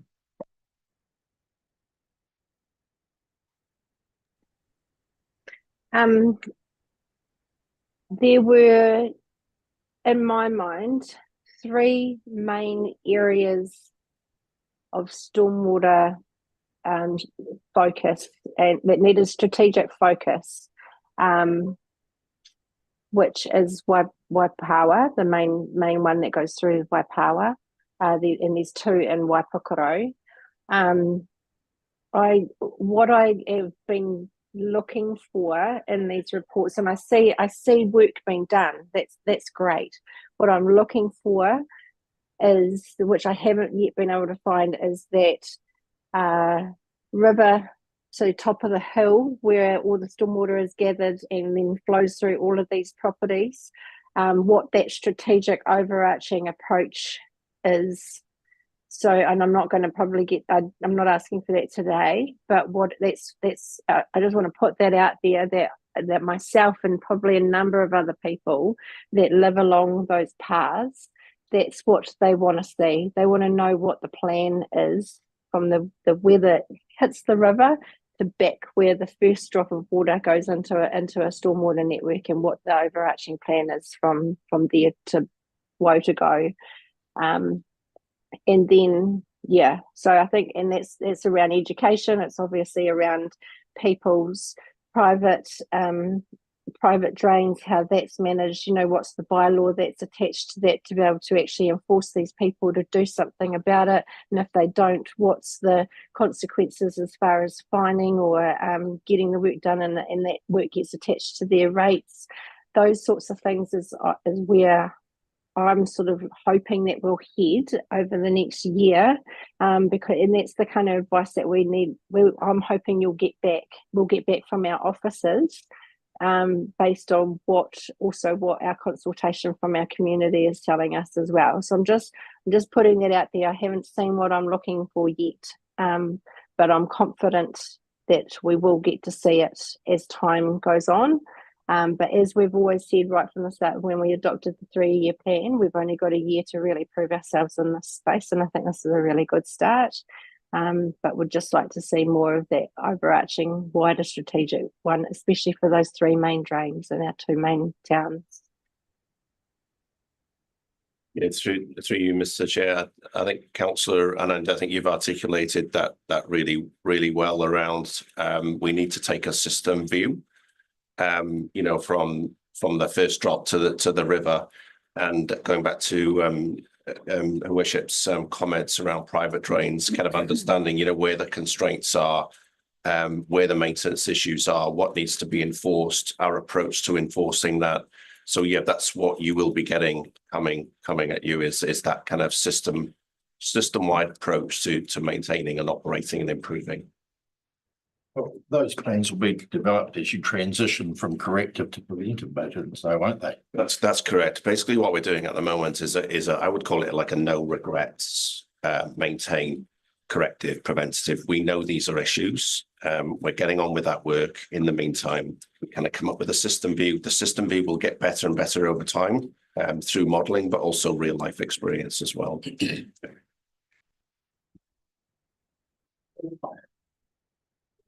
Councillor Boone and a second, Councillor Greer, all those in favour? Right, Thank you. thank you. 6.6, let's change to the wave bridge. Wave-based charging, I think. Good fashion.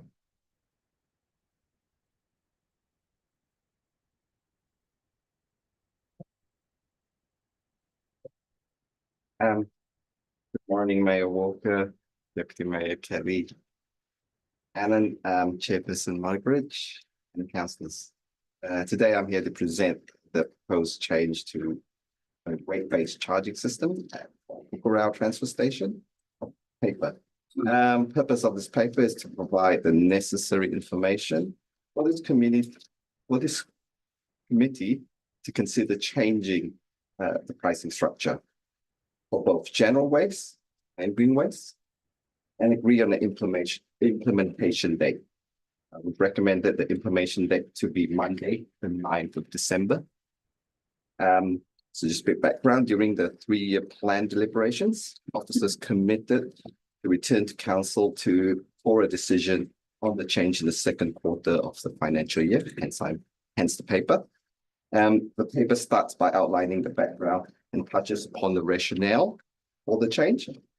It goes on to discuss the necessary pricing system changes, such as introduction of minimum charges, and as well as how we will manage the disposals of prepaid household bags.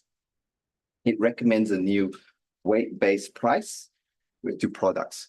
Essentially, the refuse price will be charged at 390 per tonne, including GST, or 39 cents per kilo, and the green waste at 140 per tonne, or essentially 14 cents per kilo.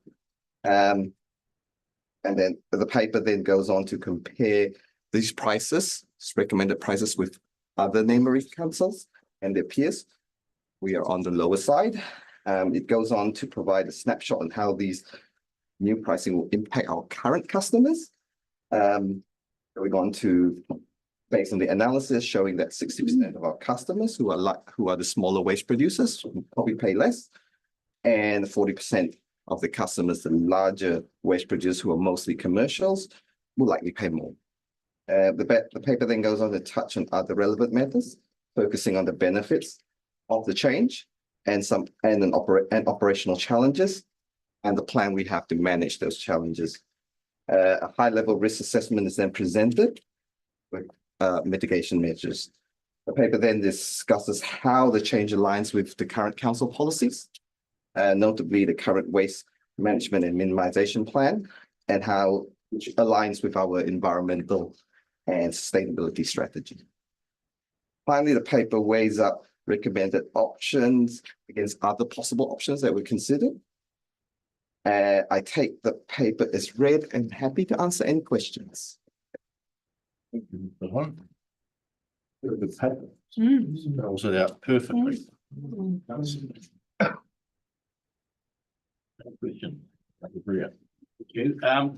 Just on one thing, the $3.60 per bag on the green bag, that's from council. There's an irregularity on where you buy the green bags.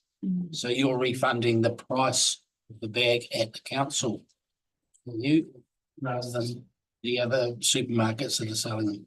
So yes, we are. So we've looked at this through your chair. We looked at the system, and we have a recommended retail price. We have little control of who charges what in the market, but we've thought long and hard about how we would manage the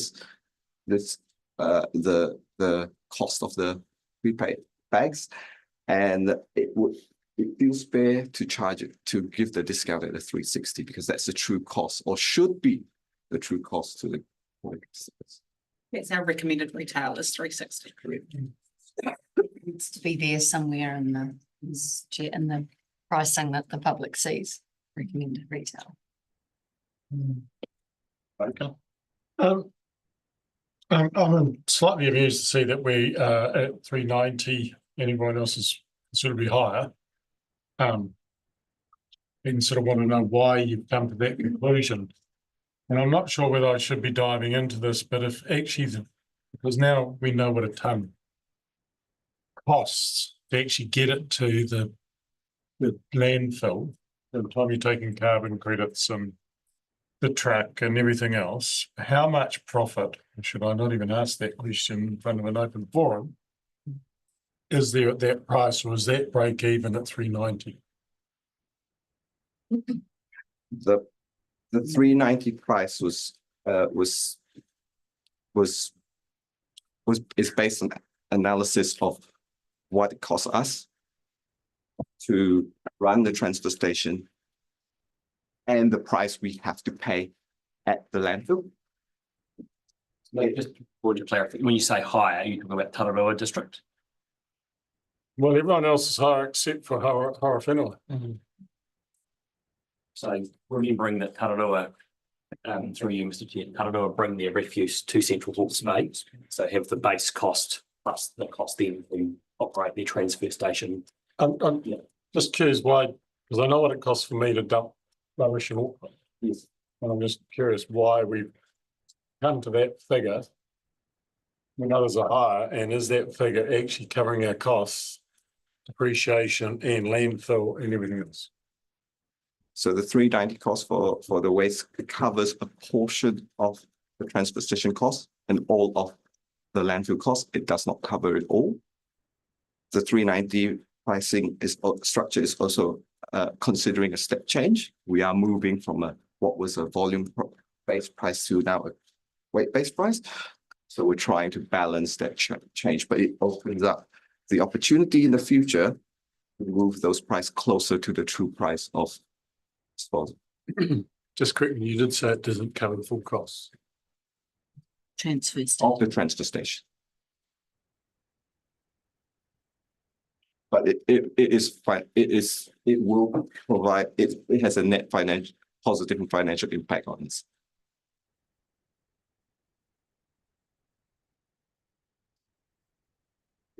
Mr. Chair, I would suggest that these are questions that perhaps the councillor should have asked before the meeting to get the level of detail, and maybe we should have the That's conversation. why I'm not going to go any further because it's. Just a point of term, Henderson Road, is that not a private transfer station? It is owned by Hastings District Council.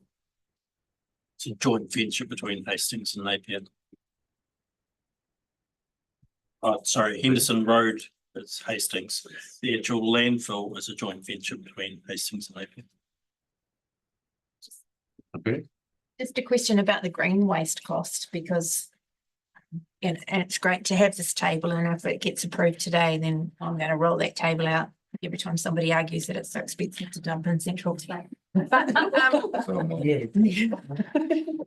just about green waste, because previously we've been using BioRich, and well, I mean, I'm assuming we're still using BioRich, but how can we justify $140 a ton when it's Napier's 144, and obviously they go to BioRich as well? Can you just? So basically, but when I looked at the pricing, sorry, through you, Chair, when I looked at the pricing, I had to try to apportion out some of the transfer station costs to the green waste tonnages, and most of that cost for the green waste is actually just trying to apportion the operational costs that we incur at the transfer station for the staff and for all the equipment, and apportioning it appropriately to the volumes and tonnages of green waste we get at the transfer station, because they are using that facility.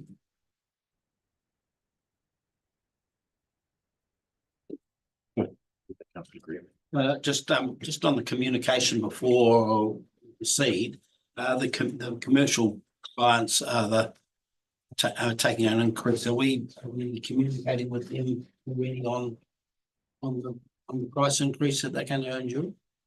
Based on the decision today, there is a communication package that we have developed, which is very comprehensive, that will go out to all customers, and we will make sure that our commercial customers will get that information. I'll just flip through here. There's nowhere where it states what the total tonnages that goes on each year, is there? Not in the paper, no, but I'll be happy to answer that question. So what is it? So we were at last year, 2,400 tons through the transfer station. This year we'll be getting significantly less because of the current economic climate. So is it just the Waipawa transfer station or both transfer There's stations? all transfer stations, 2,500. 2,400.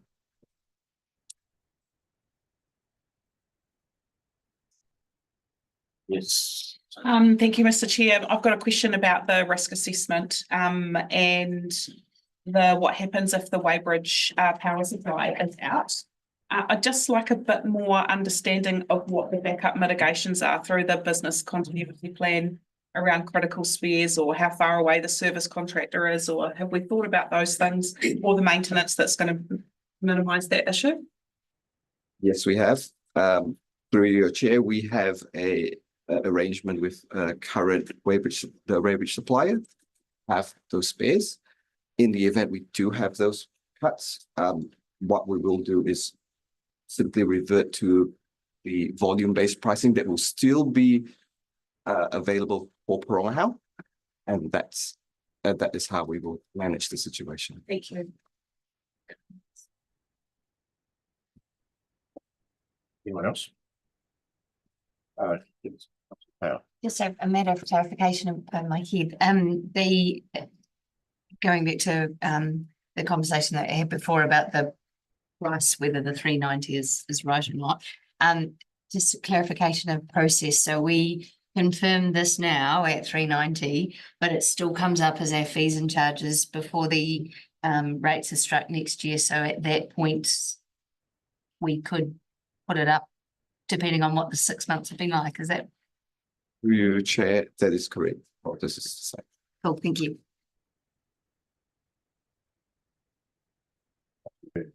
I'm just happy to move.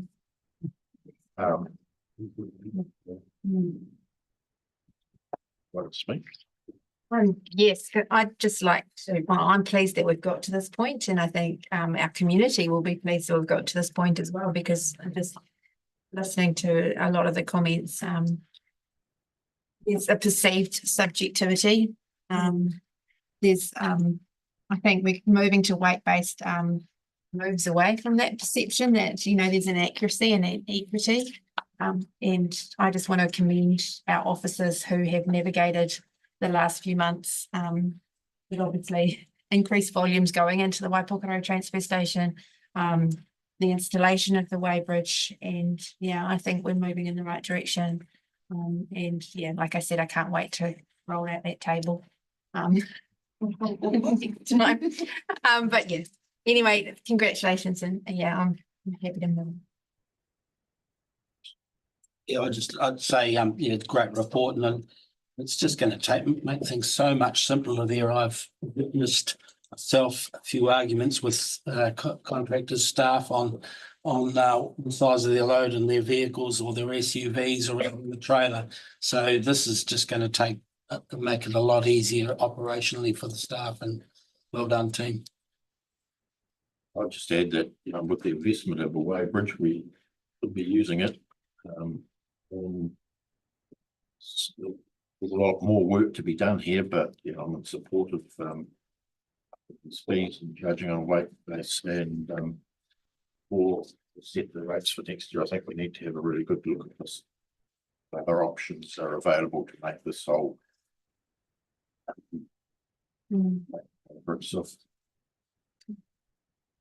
all those in favour? Yahoo! That wasn't an option.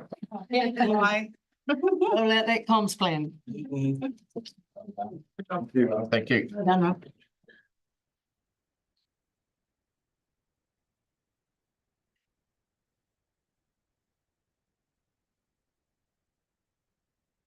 Point 7, insourcing value for money and service delivery excellence update. Thank you, Mr. Chair. I'll just summarise the paper, and then we'll kind of move on to questions. So this paper is a follow-up on the conversation that we had back in September.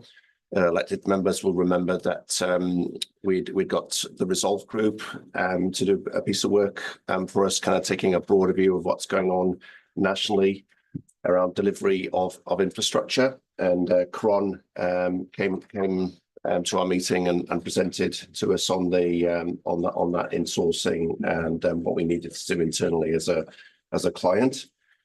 On balance, in this paper, I'm proposing that we don't insource any services at this time, and we focus on building capacity and capability within our organisation.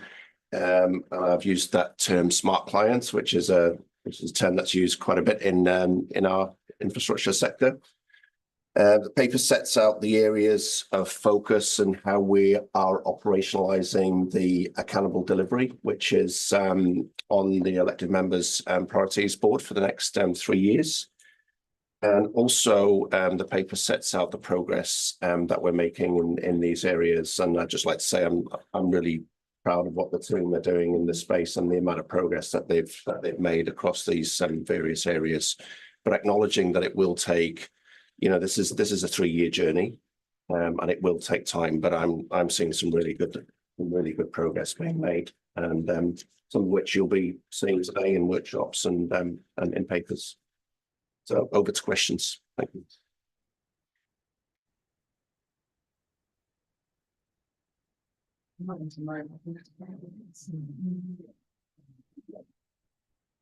I'll just that we put our shutters on these opportunities that do rise.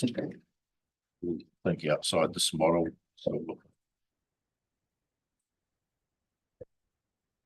So move from Mayor second.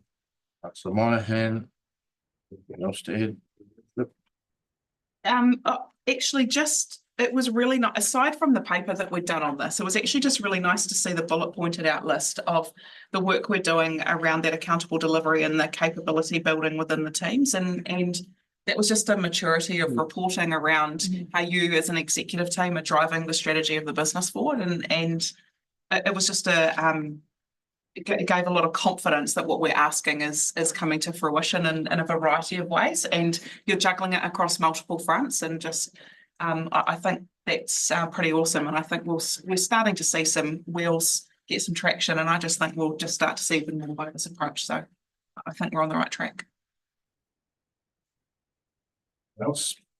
All those in favour? Aye. Carried. Thanks.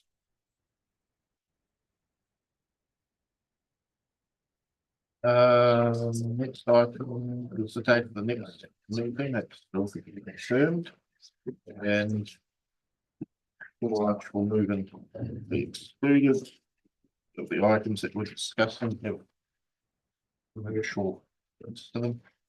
I'd like to move. Taylor, second. All in favour? Right. Thanks to whoever's watching, and we'll catch you next time. Oh, there's potential this afternoon session of public workshop starting at 1.